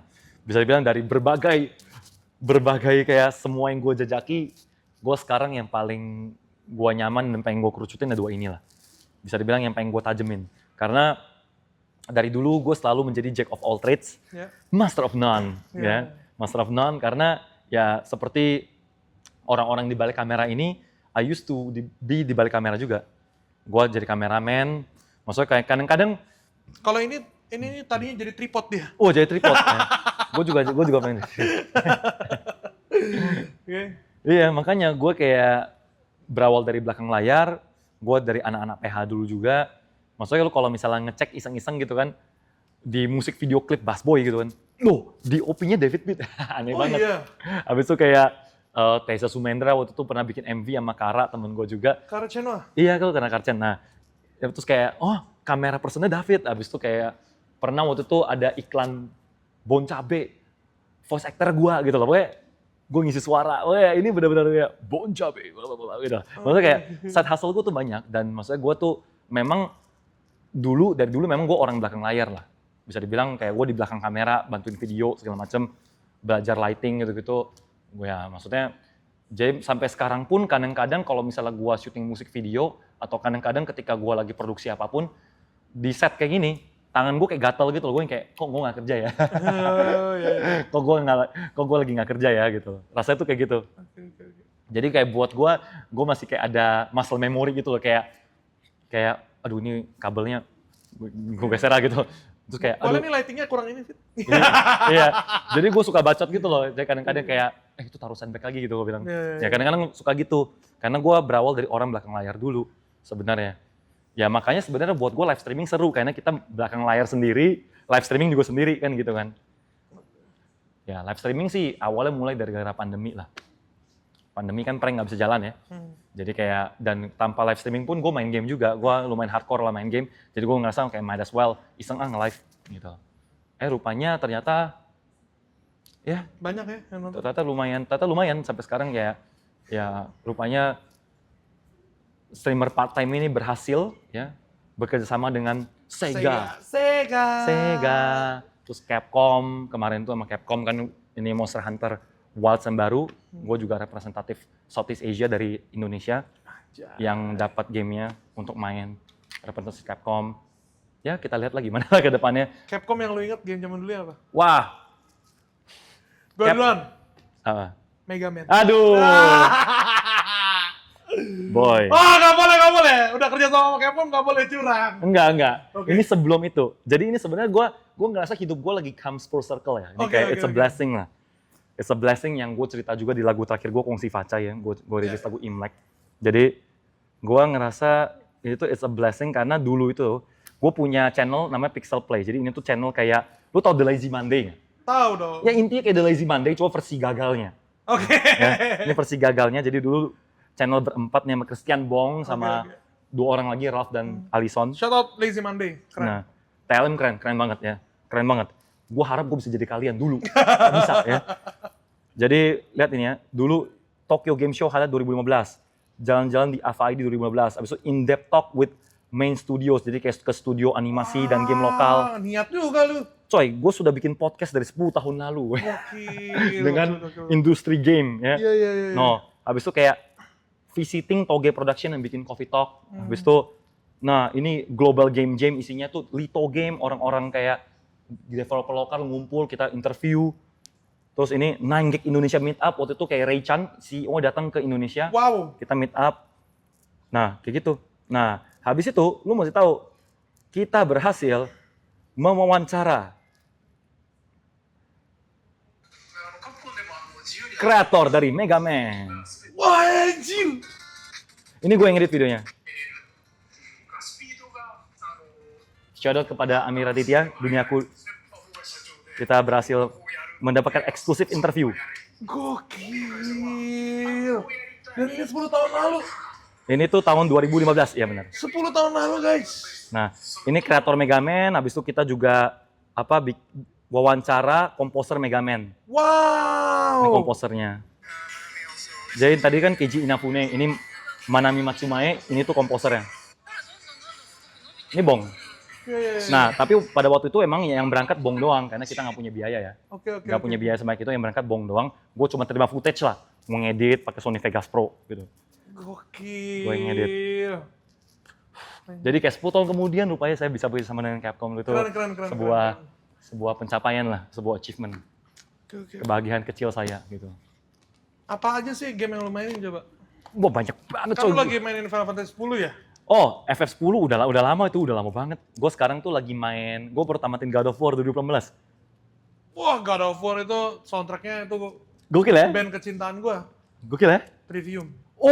Shattering the skies above, I want to destroy that you love. Yeah. Itu tuh Keren sih, Santa Monica Studio. itu tuh gokil sih. JRPG apa? JRPG favorit gue of all time, definitely Suikoden. 1-2. Kemudian Eiyuden kemarin gue juga main. Ada game underrated sebenarnya. Apa tuh? Kalau gua nggak salah sih Squaresoft ya. Squaresoft apa nih? Xenosaga. Oh, Xenosaga, bagus itu. Wah, itu yang bikin otak gua hancur sih. Ya, Sampai sekarang gua belajar filsafat itu awalnya dari Xenosaga sih. Seno itu yang depannya Seno tuh bagus. Xenogears. Xenoblade Chronicles, ya kan? Apalagi JRPG, FF, Final Fantasy favorit lu lah.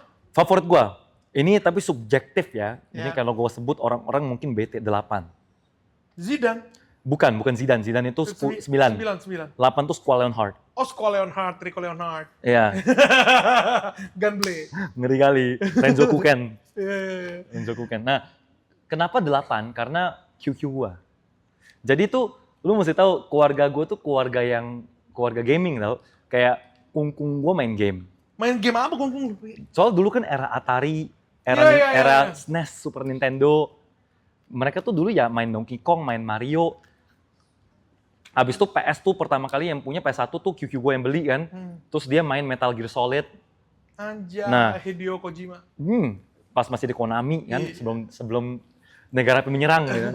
Nah, gue tuh main tuh dari zaman dulu banget. Jadi ya, dan gue inget banget dulu QQ gue itu tuh main Final Fantasy 8. Dan itu dia suka banget.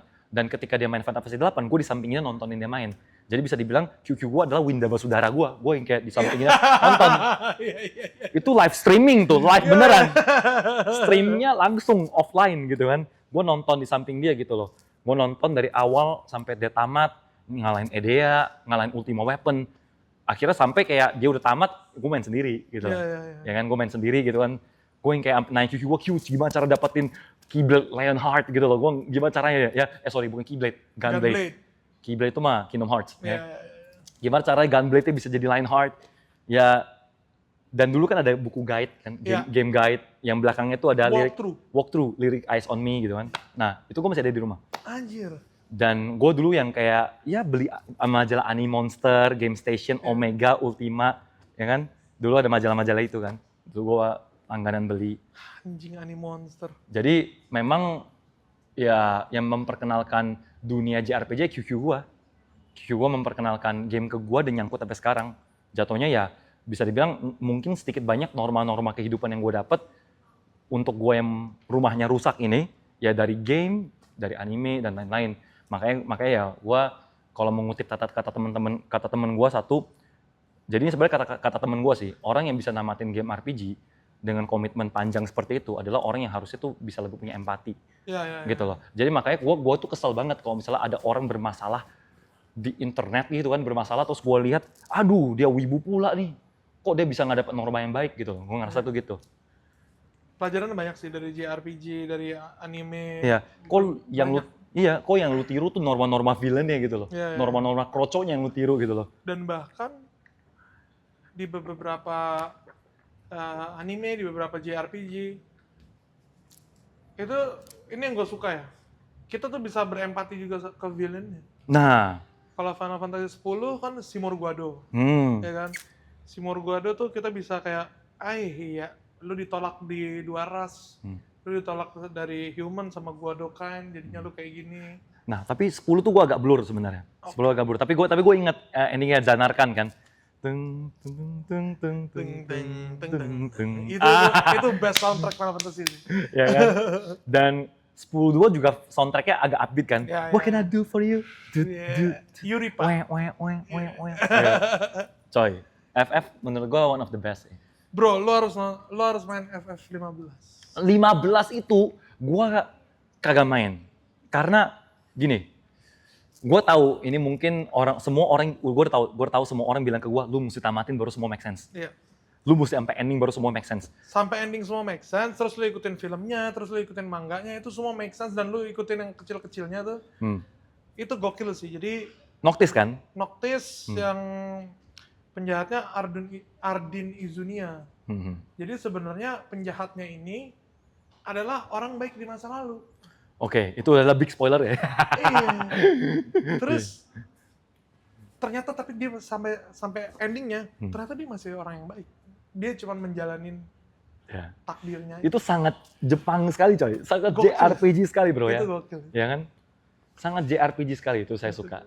Itu kayak JRPG itu tuh lo kalau mainin game-game Jepang yang RPG, itu klise-klisenya itu doang. Tapi klise yang itu doang itu yang bikin bagus menurut gua. Dan mereka cara ngemasnya oke banget lah. Karena trope-nya itu doang, karakternya tuh trope-nya, lu kalau misalnya main Suikoden, lu pasti nemu formula yang sama di mana, nemu formula yang sama di mana. Tapi itu yang bikin bagus. Jadi ya makanya gue suka banget Suikoden, gue suka banget Yakuza series. Yakuza series tuh sampai gue bikin lagu Bakamitai gue terjemahin ke Indonesia. Viral pula kan. Viral sampai ke Singapura, Malaysia. Dan sekarang ya gue kerjasama dengan Sega ya luar biasa. Sega dan Capcom, gokil banget. Gue Square Enix tau. Saya main dari... Nggak tahu ya Square kapan ya masuk ya? Iya Square Enix tolong dong. Ini gue bangga banget kalau David Beat orang pertama represent Southeast Asia main Final Fantasy. Berapa itu anjing itu keren banget sih. Square gue nggak tahu ya. Square Enix padahal aktivasinya di Jepang tuh paling banyak loh. Kayak salah satu yang paling banyak ada cafe Square Enix. Tapi belum aja kayaknya, gue rasa sih belum aja. Belum keluar kayaknya, masih Ya. terlalu pede ya Square Enix di luar ya. Square Enix tuh menurut gue Square itu tuh zaman-zaman masih Squaresoft, itu tuh kolaborasi paling insane, itu tuh menurut gue Kingdom Hearts. Wah, ada yang talking Kingdom Hearts nggak guys? Ya, itu Ada yang talking Kingdom Hearts nggak di sini? Kingdom Hearts nggak ada. Si Rigan mana Rigan? Anjing muli. Ya. Iya, itu gila sih. Dua Disney sama Square Enix ya. Ya. Top apa ya? Topnya West, topnya Barat, kartun-kartun, game nyampur sama topnya Jepang. Iya. Wah itu gila sih. Dan lu kalau misalnya lihat kayak cover-covernya nih, lu lihat covernya apaan sih? Kok ada Donald Bebek anjir nggak jelas gitu kan? Ini game apa? Lu mainin gelap coy. Iya. Itu ceritanya tuh gelap gua tau. Ceritanya gelap itu tampangnya dong lucu-lucu. Ceritanya gelap banget. Dan ceritanya plotnya itu tuh bener-bener wah kusut banget plotnya gitu loh. Plotnya kusut banget kayak. Ada dua dunia. Iya. Plotnya tuh kusut minta ampun. Jadi intinya nih kalau misalnya karakter itu ditukar sama orang asli, ini ceritanya tuh gila banget gitu loh. Tapi ya kan dua IP ini kan tentu saja nggak bisa diganti dong. Ya kan. Tapi justru karena sangat bertolak belakang, ini tuh lucu banget. Tapi ini tuh kayak wah, sangat dark gitu loh. Itu yang gue suka sih. Roxa, Sora. Yoi. The best. Kita berantem lawan monster, tim kita Donald Bebek sama Goofy. Iya. Kan dulu kayak apaan sih ini anjir, tapi ternyata gelap banget coy. Itu yang gue suka juga ya. Bos paling gedenya Mickey Mouse. King Mickey. King Mickey ya. Pembaik. Keyblade, gokil. Apalagi dari musik, apa yang mau lu lakukan ke depannya? Apa yang lu mau kejar ke depannya? Kalau dari musik sama aja sih, gue kayak tetap menceritakan story gue aja. Kan bisa dibilang kan gue bikin rap juga untuk menceritakan story gue kan. Jadi bisa dibilang ya, gue tahu banyak sekali orang-orang rapper-rapper yang isinya itu tuh kayak oke, nge-rap tentang money, car, bitches. Cuma permasalahannya adalah ya gue nggak sekaya itu untuk nge-rap about money, gue nggak sekaya itu untuk nge-rap about, maksudnya gue nggak se-player itu untuk rap about bitches gitu kan, kayak gue nggak kayak fucking bitches every single day gitu loh, nggak ada gitu loh. 2 hari sekali lah. Wah, kayak lu cocok jadi rapper. Abis itu kayak gue kayak rapping about cars, kayak enggak, gue kesini naik Grab bro gitu. Maksud gue, makanya gue nge-rap tentang sesuatu yang memang relevan ke gue. Ya kan, gue nge-rap tentang kehidupan gue gimana, gue share, jadi jatuhnya ya sesuatu yang real buat gue ya gue share di lagu-lagu gue gitu loh sebenarnya. Nah ini kembali lagi ke semua guest yang kita undang, kayaknya mereka pada bisa konsisten tuh karena awalnya karena ngelakuin yang mereka suka, bukan berpura-pura gitu loh. Ya kan? Nah tapi lu salah satu orang yang naik turun, kadang konsisten, kadang enggak. Kenapa sekarang lu memutuskan untuk konsisten? Ya karena kalau tidak konsisten, tidak sukses gak sih? Ya kan sih? Kayak apapun yang kita jalanin di hidup kita mesti lakukan secara konsisten gak sih? Kalau kita nggak konsisten, kita ya nggak kemana-mana. Dan itu sudah gue alami sendiri. Jadi bisa dibilang ya banyak sekali kesempatan di masa lalu yang gue lewatkan begitu saja. Banyak gue lost opportunity. Karena bisa dibilang ya entah itu gue besar kepala lah, entah itu gue males lah, entah gue nggak punya tujuan, nggak punya goal yang vivid. Bisa dibilang kayak gitu. Gue tidak tahu arahku kemana, dan pada saat itu gue bisa bilang dengan serius, lingkungan gue pada saat itu buat gue juga tidak begitu membangun gue sebagai manusia. Jadi ya gue nggak kemana-mana. Jadi bisa dibilang gue naik turun di situ. Tapi ya gue ngerasa kalau gue nggak punya pengalaman yang naik turun seperti ini, gue nggak bakal jadi orang kayak sekarang. Gue nggak bilang gue sekarang udah sangat-sangat baik, tapi kayak at least sekarang gue punya niat untuk kayak gue pengen be better every single day, seperti Kratos ya. Enggak sih. Be better, don't be sorry, be better. Gitu loh. Oke.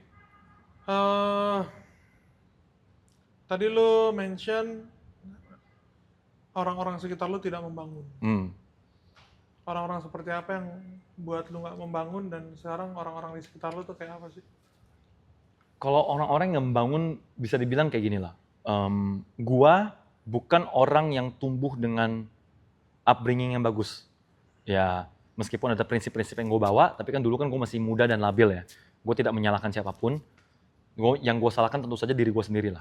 Karena gue bisa dibilang zaman dulu ya gue tidak punya upbringing yang bagus, gue tidak punya prinsip yang teguh, meskipun ada prinsip yang gue bawa, tapi kan dulu kan ya gue goblok lah, bodoh dan tolol. Dan lingkungan kita yang bagus sesimpel kayak gini lah, lu sama anak produksi satu PH, satu tempat yang sama, tinggal tempat yang sama, bikin konten yang sama, habis itu semuanya produktif. Begitu ada satu orang yang lagi lemes, namanya manusia kan, pasti ada satu orang yang agak lemes-lemesnya. Lu sebagai ketua dari PH juga ada hari-hari di mana lu lagi kayak, wah gue pengen duduk dan ngerokok aja tiap hari lah, kayak gue seharian ini gue pengen ngerokok dan santai aja lah gitu kan. Tapi lu ada deadline untuk dikejar. Ya mungkin lu lagi lemes tapi anak-anak lu semangat. Maksudnya kayak ada ganti-gantian seperti itu. Ya, jadi Ya kan? gue juga ngeliat anak-anak gue kayak, wah mereka semangat gitu. Iya mereka semangat, gue nggak bisa nih, soalnya kalau gue nggak semangat mereka nggak makan, ya gitu-gitu segala macam, simpel itulah. Dan gue zaman dulu tuh bisa dibilang ya gue tidak mendapatkan itu dari lingkungan gue. Maksudnya kayak gue salah arah gitu kan. Gue ada arah-arah hidupan gue yang salah. Gue salah arah ke sini, gue tidak fokus karena gue entah gue lebih fokus ngejar cewek lah, atau gue lebih fokus karena gue besar kepala, abis itu gue yang kayak nggak mau ngonten lah, apa segala macam. Tidak ada temen gue yang kayak, Fit lu gini-gini, lu mesti lock in karena gini, lu mesti planning gini. Fit, duit lu jangan lu spend untuk ini karena lu mesti gini. Nggak ada yang kayak gitu sama sekali ke gue. Maksudnya, tapi baik lagi, tidak menyalahkan teman-teman gue. Karena pada saat itu teman-teman gue pun begitu. Ya, semuanya juga lagi kayak, gitu kan ya. Semua juga lagi, wah gitu. Tapi semuanya, kebetulan hoki mereka lebih bagus. Lu ngerti kan? Paham. Ngerti kan? Kan di industri entertain, ada aja orang yang, tapi hoki terus. Iya. Ya kan? Tapi kan nggak semua orang anomali seperti itu.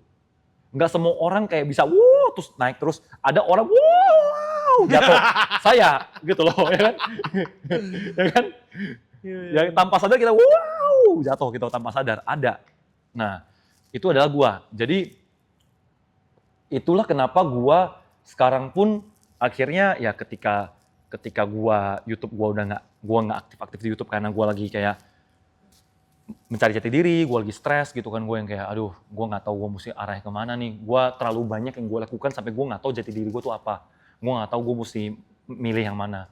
Habis itu oke, Instagram gue hilang, periuk gue hilang nih, tempat makan gue hilang, gimana ya? Gue nggak bisa ngapa-ngapain kayaknya gue dagang aja deh, jual bakpao kayak gitu. Gue kayak mikir kayak gitu. Ternyata ujung-ujungnya kembali lagi ke day ones gue, teman-teman gue yang memang day ones yang jatuhnya yang memang gue kenal sebelum zaman era YouTube meletus gitu segala macam. Rupanya mereka di samping gue segala macam. Rupanya kayak mereka kayak tiap hari hustle, kayak gue lagi terpuruk datang ke rumah kayak ayo Fit gitu loh, kayak ayo Fit kita bareng-bareng Fit, lu kurang apa gitu segala macam, ayo Fit lagi Fit gitu. Rupanya ya teman-teman gue punya sekarang gitu loh yang membangun gue. Habis itu sesimpel kayak gue lagi dapat duit nih, kayak misal lagi ada job segala macam gini, mereka yang kayak lu kayak baiknya gini deh, entah gini. Jadi kayak lu split duit lu ke sini, gue yang kayak oh ya baik juga ya gini. Dan maksud gue ini kan sesuatu yang harusnya diajarkan orang tua ya. Tapi kan gue gak punya orang tua.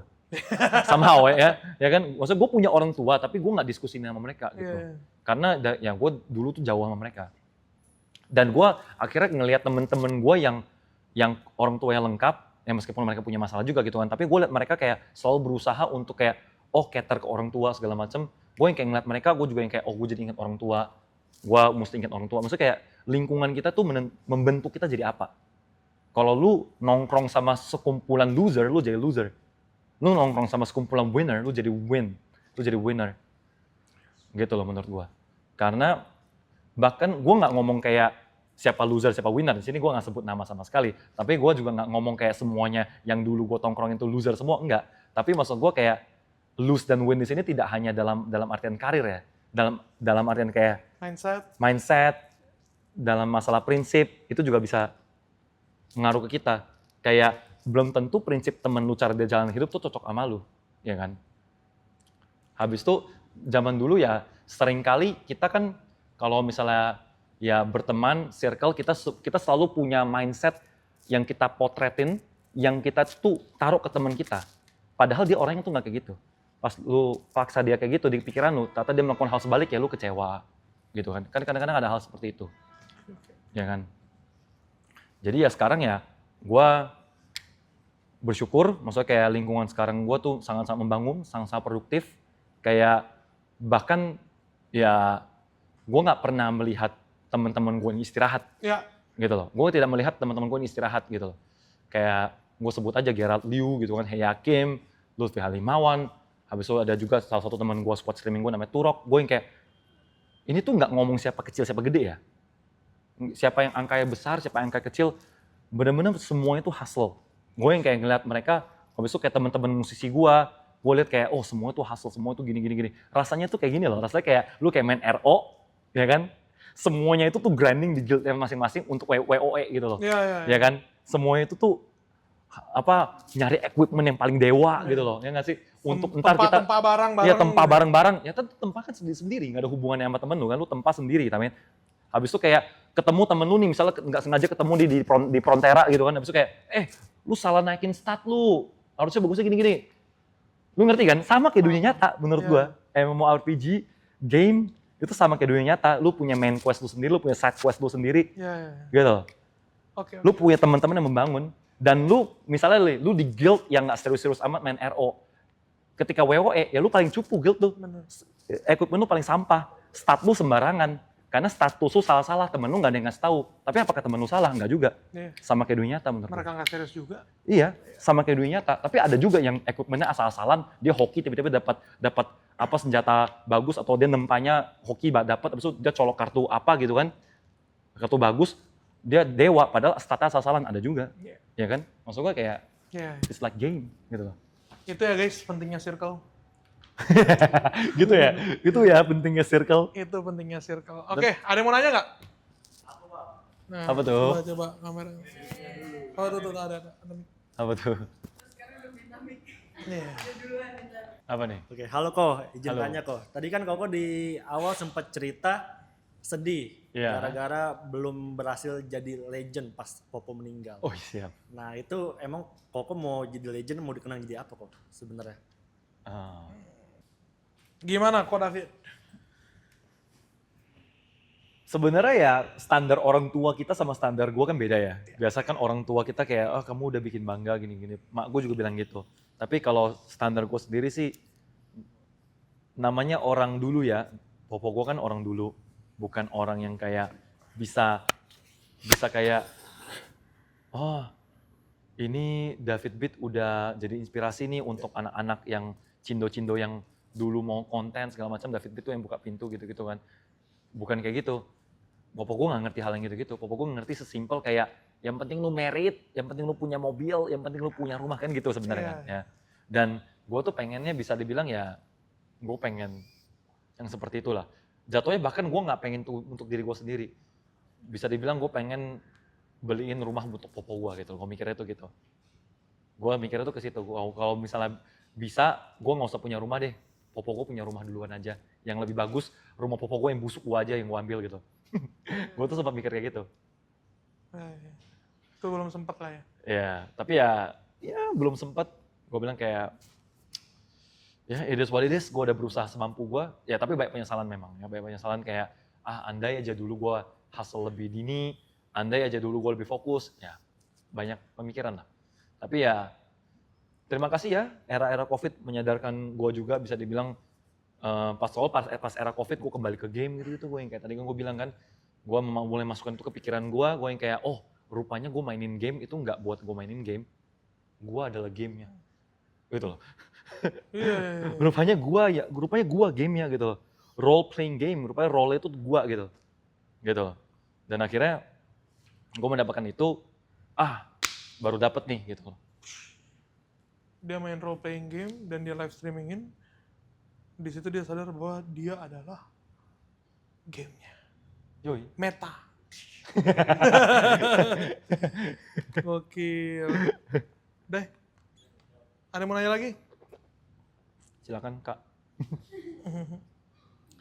Gue sih ada nih. Apa nih? Pertanyaan dari Lim juga sebenarnya. Kita udah bahas ketidakkonsistenan lu, naik turunnya lu. Kalau lu punya nasihat buat diri lu sendiri saat lu nggak konsisten tuh apa? Nasihat diri gue sendiri ya. Sebenarnya ini nasihat yang sebenarnya kalau misalnya gue bisa punya mesin waktu gitu kan, gue balik ke masa lalu, gue kasih tau diri gue bakal suruh diri gue untuk inget gue tuh siapa, dari mana gue berasal. Karena bisa dibilang tadi kan lu bilang kan, wah lu tetap menjadi diri sendiri, lu nge-rap, tidak berpura-pura dan lain-lain. Enggak, awal karir gue bikin prank itu bisa dibilang gue berpura-pura. Gue kan bukan prankster dari lahir, Ya. ya kan? Gue bukan memang mau jadi prankster gitu loh. Harusnya gue ingat dari mana gue berasal. Harusnya gue ingat gue itu tuh wibu dari lahir, suka hip hop dari lahir, gitu kan? Sesimpel itu. Gue suka game dari gue lahir. Lu harus ingat dari mana lu berasal. Tapi tampaknya ya ketenaran sementara membutakan gue. Habis itu ditambah juga bertemu teman-teman baru yang juga dari dunia gemerlap kelap-kelip juga yang kayak wah dari gue yang dulu nggak punya apa-apa, hidup di jalanan, jual voucher di tengah jalan, tiba-tiba gue bisa kenal artis ABCDE, tiba-tiba gue naik ke kelasnya level-level tier yang gue bisa nongkrong minum mabok sama siapa, itu membuat gue tuh lupa gue tuh siapa. Jadi ya bisa dibilang gue sekarang juga gue nggak bilang gue kayak saya telah final form dan saya telah sempurna gitu, enggak. Gue nggak bilang gue udah final form juga, enggak. Gue masih terus akan berkembang, improve gitu loh, improvement. Maksud gue kayak 1% sehari juga nggak ada masalah gitu loh. Yang penting improve gitu. Lo ada gak sih, lo udah kejawab nih tadi, Ya, penyesalan bikin konten kan tadi ngeprank itu udah kejawab lah ya. ya gue nggak pernah menyesal gue bikin prank sih. Lo nggak nyesel, tetap jadiin pembelajaran aja Iya, gitu. karena kalau tidak ada era prank ya tidak ada era yang sekarang mungkin ya. Benar-benar. Gue juga nggak tahu lah.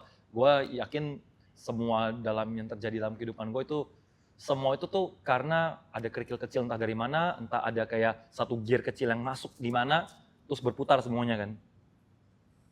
Oke. Ya banyak lah cita-cita yang bisa gue ceritakan off the record aja. Karena kalau gue ceritakan di podcast, orang bilang gue ambil kredit. Ya. Oke. Kalau gua podcast tuh harus ribetnya di podcast ya. Bintang tamunya harus menarik. Atau cerita dari bintang tamunya harus menarik. Semoga gue cukup menarik ya. Sangat menarik sih. Kalau lu ada nggak orang yang menarik yang mau lu jadiin kolaborator, entah di streaming lu atau di rap lu? Orang yang menarik ya? Di Siapa lah yang lu pengen collab? Sabar, ini siapapun atau Siapapun. di Indonesia? Oh, di Indonesia sih. Oh di Indonesia ya, jadi biar lokal. Iya. Orang yang menarik ya? Wah, semua orang menarik. Bentar ya, biarkan gue berpikir ya. Nggak buru-buru kita. Karena banyak sekali orang-orang yang menarik di sini. Yang pengen gue bener-bener, gue duduk ngobrol atau gue collab sama dia. Wah, ini pertanyaan yang surprisingly buat gue mikir. Wah, anjir, susah ya? Hah? Kenapa susah buat gue ini ya? Ayo. Bentar ya. Ini menarik, ini kenapa susah buat gue ya? Karena gue gak pernah berpikir gini. Sedikit background story. Oke. Pada saat era prank pun, lu ingat kan pas era-era prank adalah era kolaborasi. Iya. Skinny collab sama siapa, ini collab sama siapa, Asandra collab tiap hari gitu kan. Semua orang collab pokoknya gitu kan ya. Intinya saling cross marketing lah. Lu sadar gak, gua adalah orang yang paling jarang collab. Gua nggak tahu kalian sadar atau enggak, tapi kalau lu lihat video era gua prank, gua jarang collab. Karena buat gua itu tuh semua tuh nakama. Karena gue tidak mau memanfaatkan nakama gue, gitu loh. Gue ngerasa itu gitu. Jadi kayak bisnis adalah bisnis, konten adalah konten. Temen gue nggak mau gue jadiin konten. Padahal kan sebenarnya nggak gitu-gitu juga ya. Ya sebenarnya kayak nggak ada masalah ya gitu kan sebenarnya. Saling menguntungkan. Iya saling menguntungkan kan. Tapi di pikiran gue tuh nggak ada. Jadi mindset gue dulu adalah gue adalah lone wolf. Asik. Saya adalah sigma gitu loh yang kayak saya pria dingin yang sendiri. Ya, jadi hanya cinta dan malam. ya. Dingin tapi tidak kejam. Iya. Demi kemuliaan.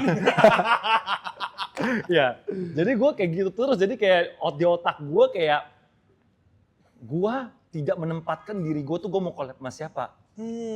Gue menempatkan diri gue adalah gue yang jadi wishlist orang. Wow. Gitu loh. Itu gue menempatkan diri gue di situ. Oke. Bukan sombong ya. Gue juga belum apa-apa, tapi gue menempatkan diri gue di situ dulu. Karena kita adalah manifestasi dari diri kita sendiri kan. Iya. Dan sekarang gue mesti mikir, bentar ya. Aduh.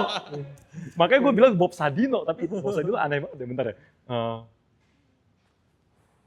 Tuhan. Ayo. Aduh. Ya.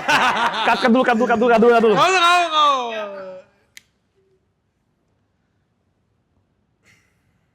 Hah, shit, fuck. Ntar kayak bisa. Ini susah banget buat gua. Ini mungkin kayak buat orang gampang kali gue pengen collab sama ini gitu. Iya. Enggak, gue gak ada wish semua. Gue bener-bener gak ada wish. Bentar ya, yang menarik ya. Soalnya ini tuh semakin lama direkam, kesannya kayak nggak ada yang kayak gue nganggap semua orang nggak menarik gitu loh. Tapi enggak kayak gitu. Semua orang menarik justru. Nah, Dia lagi cari yang paling menarik dari yang menarik. iya, gue lagi cari yang paling menarik dari yang menarik. Bentar ya. Shit.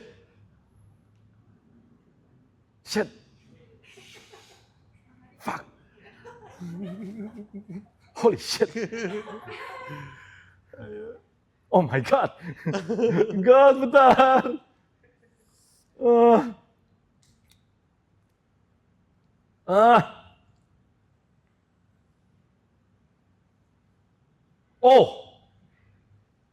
Ada satu. Siapa? Ini aneh banget. Gue pengen collab sama Tirtali. Siapa Tirtali? Nggak tahu kan? Tirtali adalah food reviewer spesialis bakmi. Jadi kalau misalnya lu ke tempat bakmi terkenal, itu tuh ada stiker approved by Tirtali. Dan gua sangat suka bakmi. Gua tuh bakmi entusias. Gua sangat-sangat suka bakmi. Jadi gue suatu hari gue tuh pengen banget gitu loh, dimana ada satu acara gue bisa kolaborasi dengan Tirtali untuk nge-review bakmi yang dia nggak pernah makan gitu, dan bisa review bareng gitu. Itu dia, Tirtali. Dia di mana? Instagram atau apa dia? Lu search di Google. Di Tirtali di Instagram, gue nggak tahu dia punya Instagram atau nggak. Tapi menurut gue ada orang-orang yang lebih dari sosial medianya. Contoh kayak Komeng, contoh kayak Tirtali ini. Jadi Tirtali terkenal di skena perbakmian, meskipun orang nggak follow Instagram dia. Tapi Tirtali ini tuh urban legend. Oh, ini Om Tirtali. Iya, dan dia itu bahkan punya festival makanan dia sendiri, festival babi, festival bakmi, festival Tirtali. Tirtali's Food Station. No. Tirtali. No. Wah, legend sih ini. Parah banget kita nggak tahu ya. No. Bahkan ada Tirtali Noodle Festival, Tirtali Bakmi Festival. Nah, ini tuh gue pengen banget, gue ngefans. Om Tirtali, tolong ya, Om Tirtali, Iya. tolong David Beat ini Iya. mungkin bisa jadi penerus Itu reviewer bakmi. Oke lah. either itu atau Aderai. Oh, Aderai sih gokil sih. Either itu atau Aderai. Karena sampai sekarang gue nonton Aderai. Iya. Karena Aderai kayak bagi-bagi kuliah gratis gitu di YouTube-nya. Iya. Ya, either dua itu. Lu nonton kuliahnya dia apa ototnya? Dua-duanya. So, dia udah umur berapa? Ya, gue nonton dia tuh kan dulu banget kan, Iya. tahun 2000-an awal, tahun 90-an. Dari zaman kita SD. Iya, dia begini-begini gitu, dia kayak gitu kan, dia gitu-gitu terus kayak Iya. gitu kan. Sampai sekarang dia begini, ototnya masih sama gedenya. Iya. Coy, mempertahankan lebih susah loh daripada lu membangun. Dan tanpa steroid. Gokil sih itu Aderai. Gila banget Aderai. Nah, menurut gua itu adalah sebuah mindset yang bisa dibawa ke sini gitu. Kayak dari Om Tirtali, dia passion banget sama bakmi. Dia benar-benar kayak tekstur mie-nya, semua dipikirkan minyaknya, kekentalan minyaknya, semua kayak dipikirkan dengan sangat-sangat matang. Padahal itu kan nggak penting buat orang ya, lu makan jadi tai gitu kan. Iya. Ya kan? Tapi dia tuh benar-benar memikirkan, maksudnya dia passion terhadap sesuatu. Ini sebuah culture. Menurut gua bakmi itu culture. Iya lah. Ya kan? Lu passion terhadap culture, itu passionnya yang gua ambil dari Tirtali, dan konsistensi yang gua ambil dari Aderai. Aderai itu konsistensi loh, dia tetap kayak dia sibuk bikin Rai Institute segala macam, tapi dia tetap bisa konsisten, tetap bisa nge-gym gitu. Padahal biasanya orang-orang yang dulu binaragawan sekarang udah buncit aja, Iya. ya kan? Dan yang gue paling suka dari Aderai itu mindsetnya. Nah, Justru ketika dia bagi-bagi tentang mindsetnya, tentang itu gokil sih. Beneran kuliah gratis. itu kan mindset yang bisa dibawa ke pekerjaan apapun, Apapun. ya kan? Entah gua di rap kah bisa gua terapkan, entah gua di streaming bisa gua terapkan, dan dalam kehidupan juga bisa terapkan dalam bisnis apapun gitu. Menurut gua sih gitu ya. Karena menurut gua kayak ya skill kameramen juga itu kayak otot kan. Iya. Lu semakin lu latih semakin lu jago. Oke, nice answer.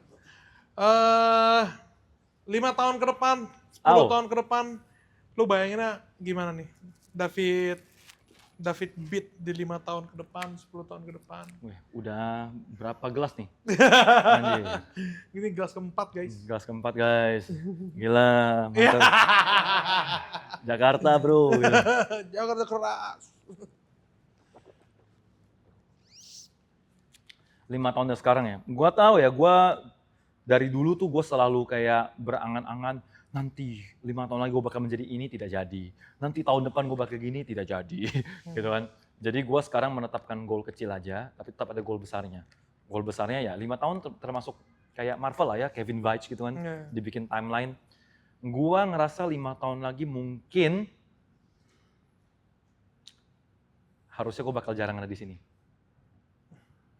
Amin. Wih, amin ya. Amin, amin. Hashtag kabur aja dulu. Aduh, enggak. Oh. Clippers dong. Ya, gue membayangkannya gue harusnya bakal jarang ada di sini. Harusnya. Amin. Dari path yang gue punya sekarang harusnya gue bakal jarang ada di sini. Bukan berarti gue tidak mau ada di sini ya, saya cinta Indonesia. Tapi gue ingin melihat dunia lebih luas aja. Karena bisa dibilang berkaca dari mak gue udah keliling dunia dari umur 19. Gue kalah sama mak gue. Mama gue bilang, mama udah keliling 30 negara gitu. Gue yang kayak, saya udah keliling 30 kota. Provinsi. Ya kan, gue baru keliling 30 kota, kayak gue masih kecil banget gitu loh. Kayak gue masih mau melihat dunia lebih luas lah. Sebelum saya meninggalkan dunia ini for good, mungkin di umur 100 gitu kan. Gue pengen mati di umur 100 by the way. Oke. Jadi pas hit umur 100 gue yang kayak, roh gue lepas. Ada yang mau ditanyakan lagi? David Beat, Lil Chino Boy. Thank you banget. Seru banget. Sukses selalu buat lo apapun yang lo kerjain. Gila. Masih mengundang gue. Kita semua percaya sama lo bakal lebih jauh lagi dari sini. Dengan Amin. konsistensi, Terima kasih. dengan circle yang baru. Keren banget. Amin. Thank you ya. Iya. Gak sih baru sih, sekelama-lama. Circle lama. Oke, let's go.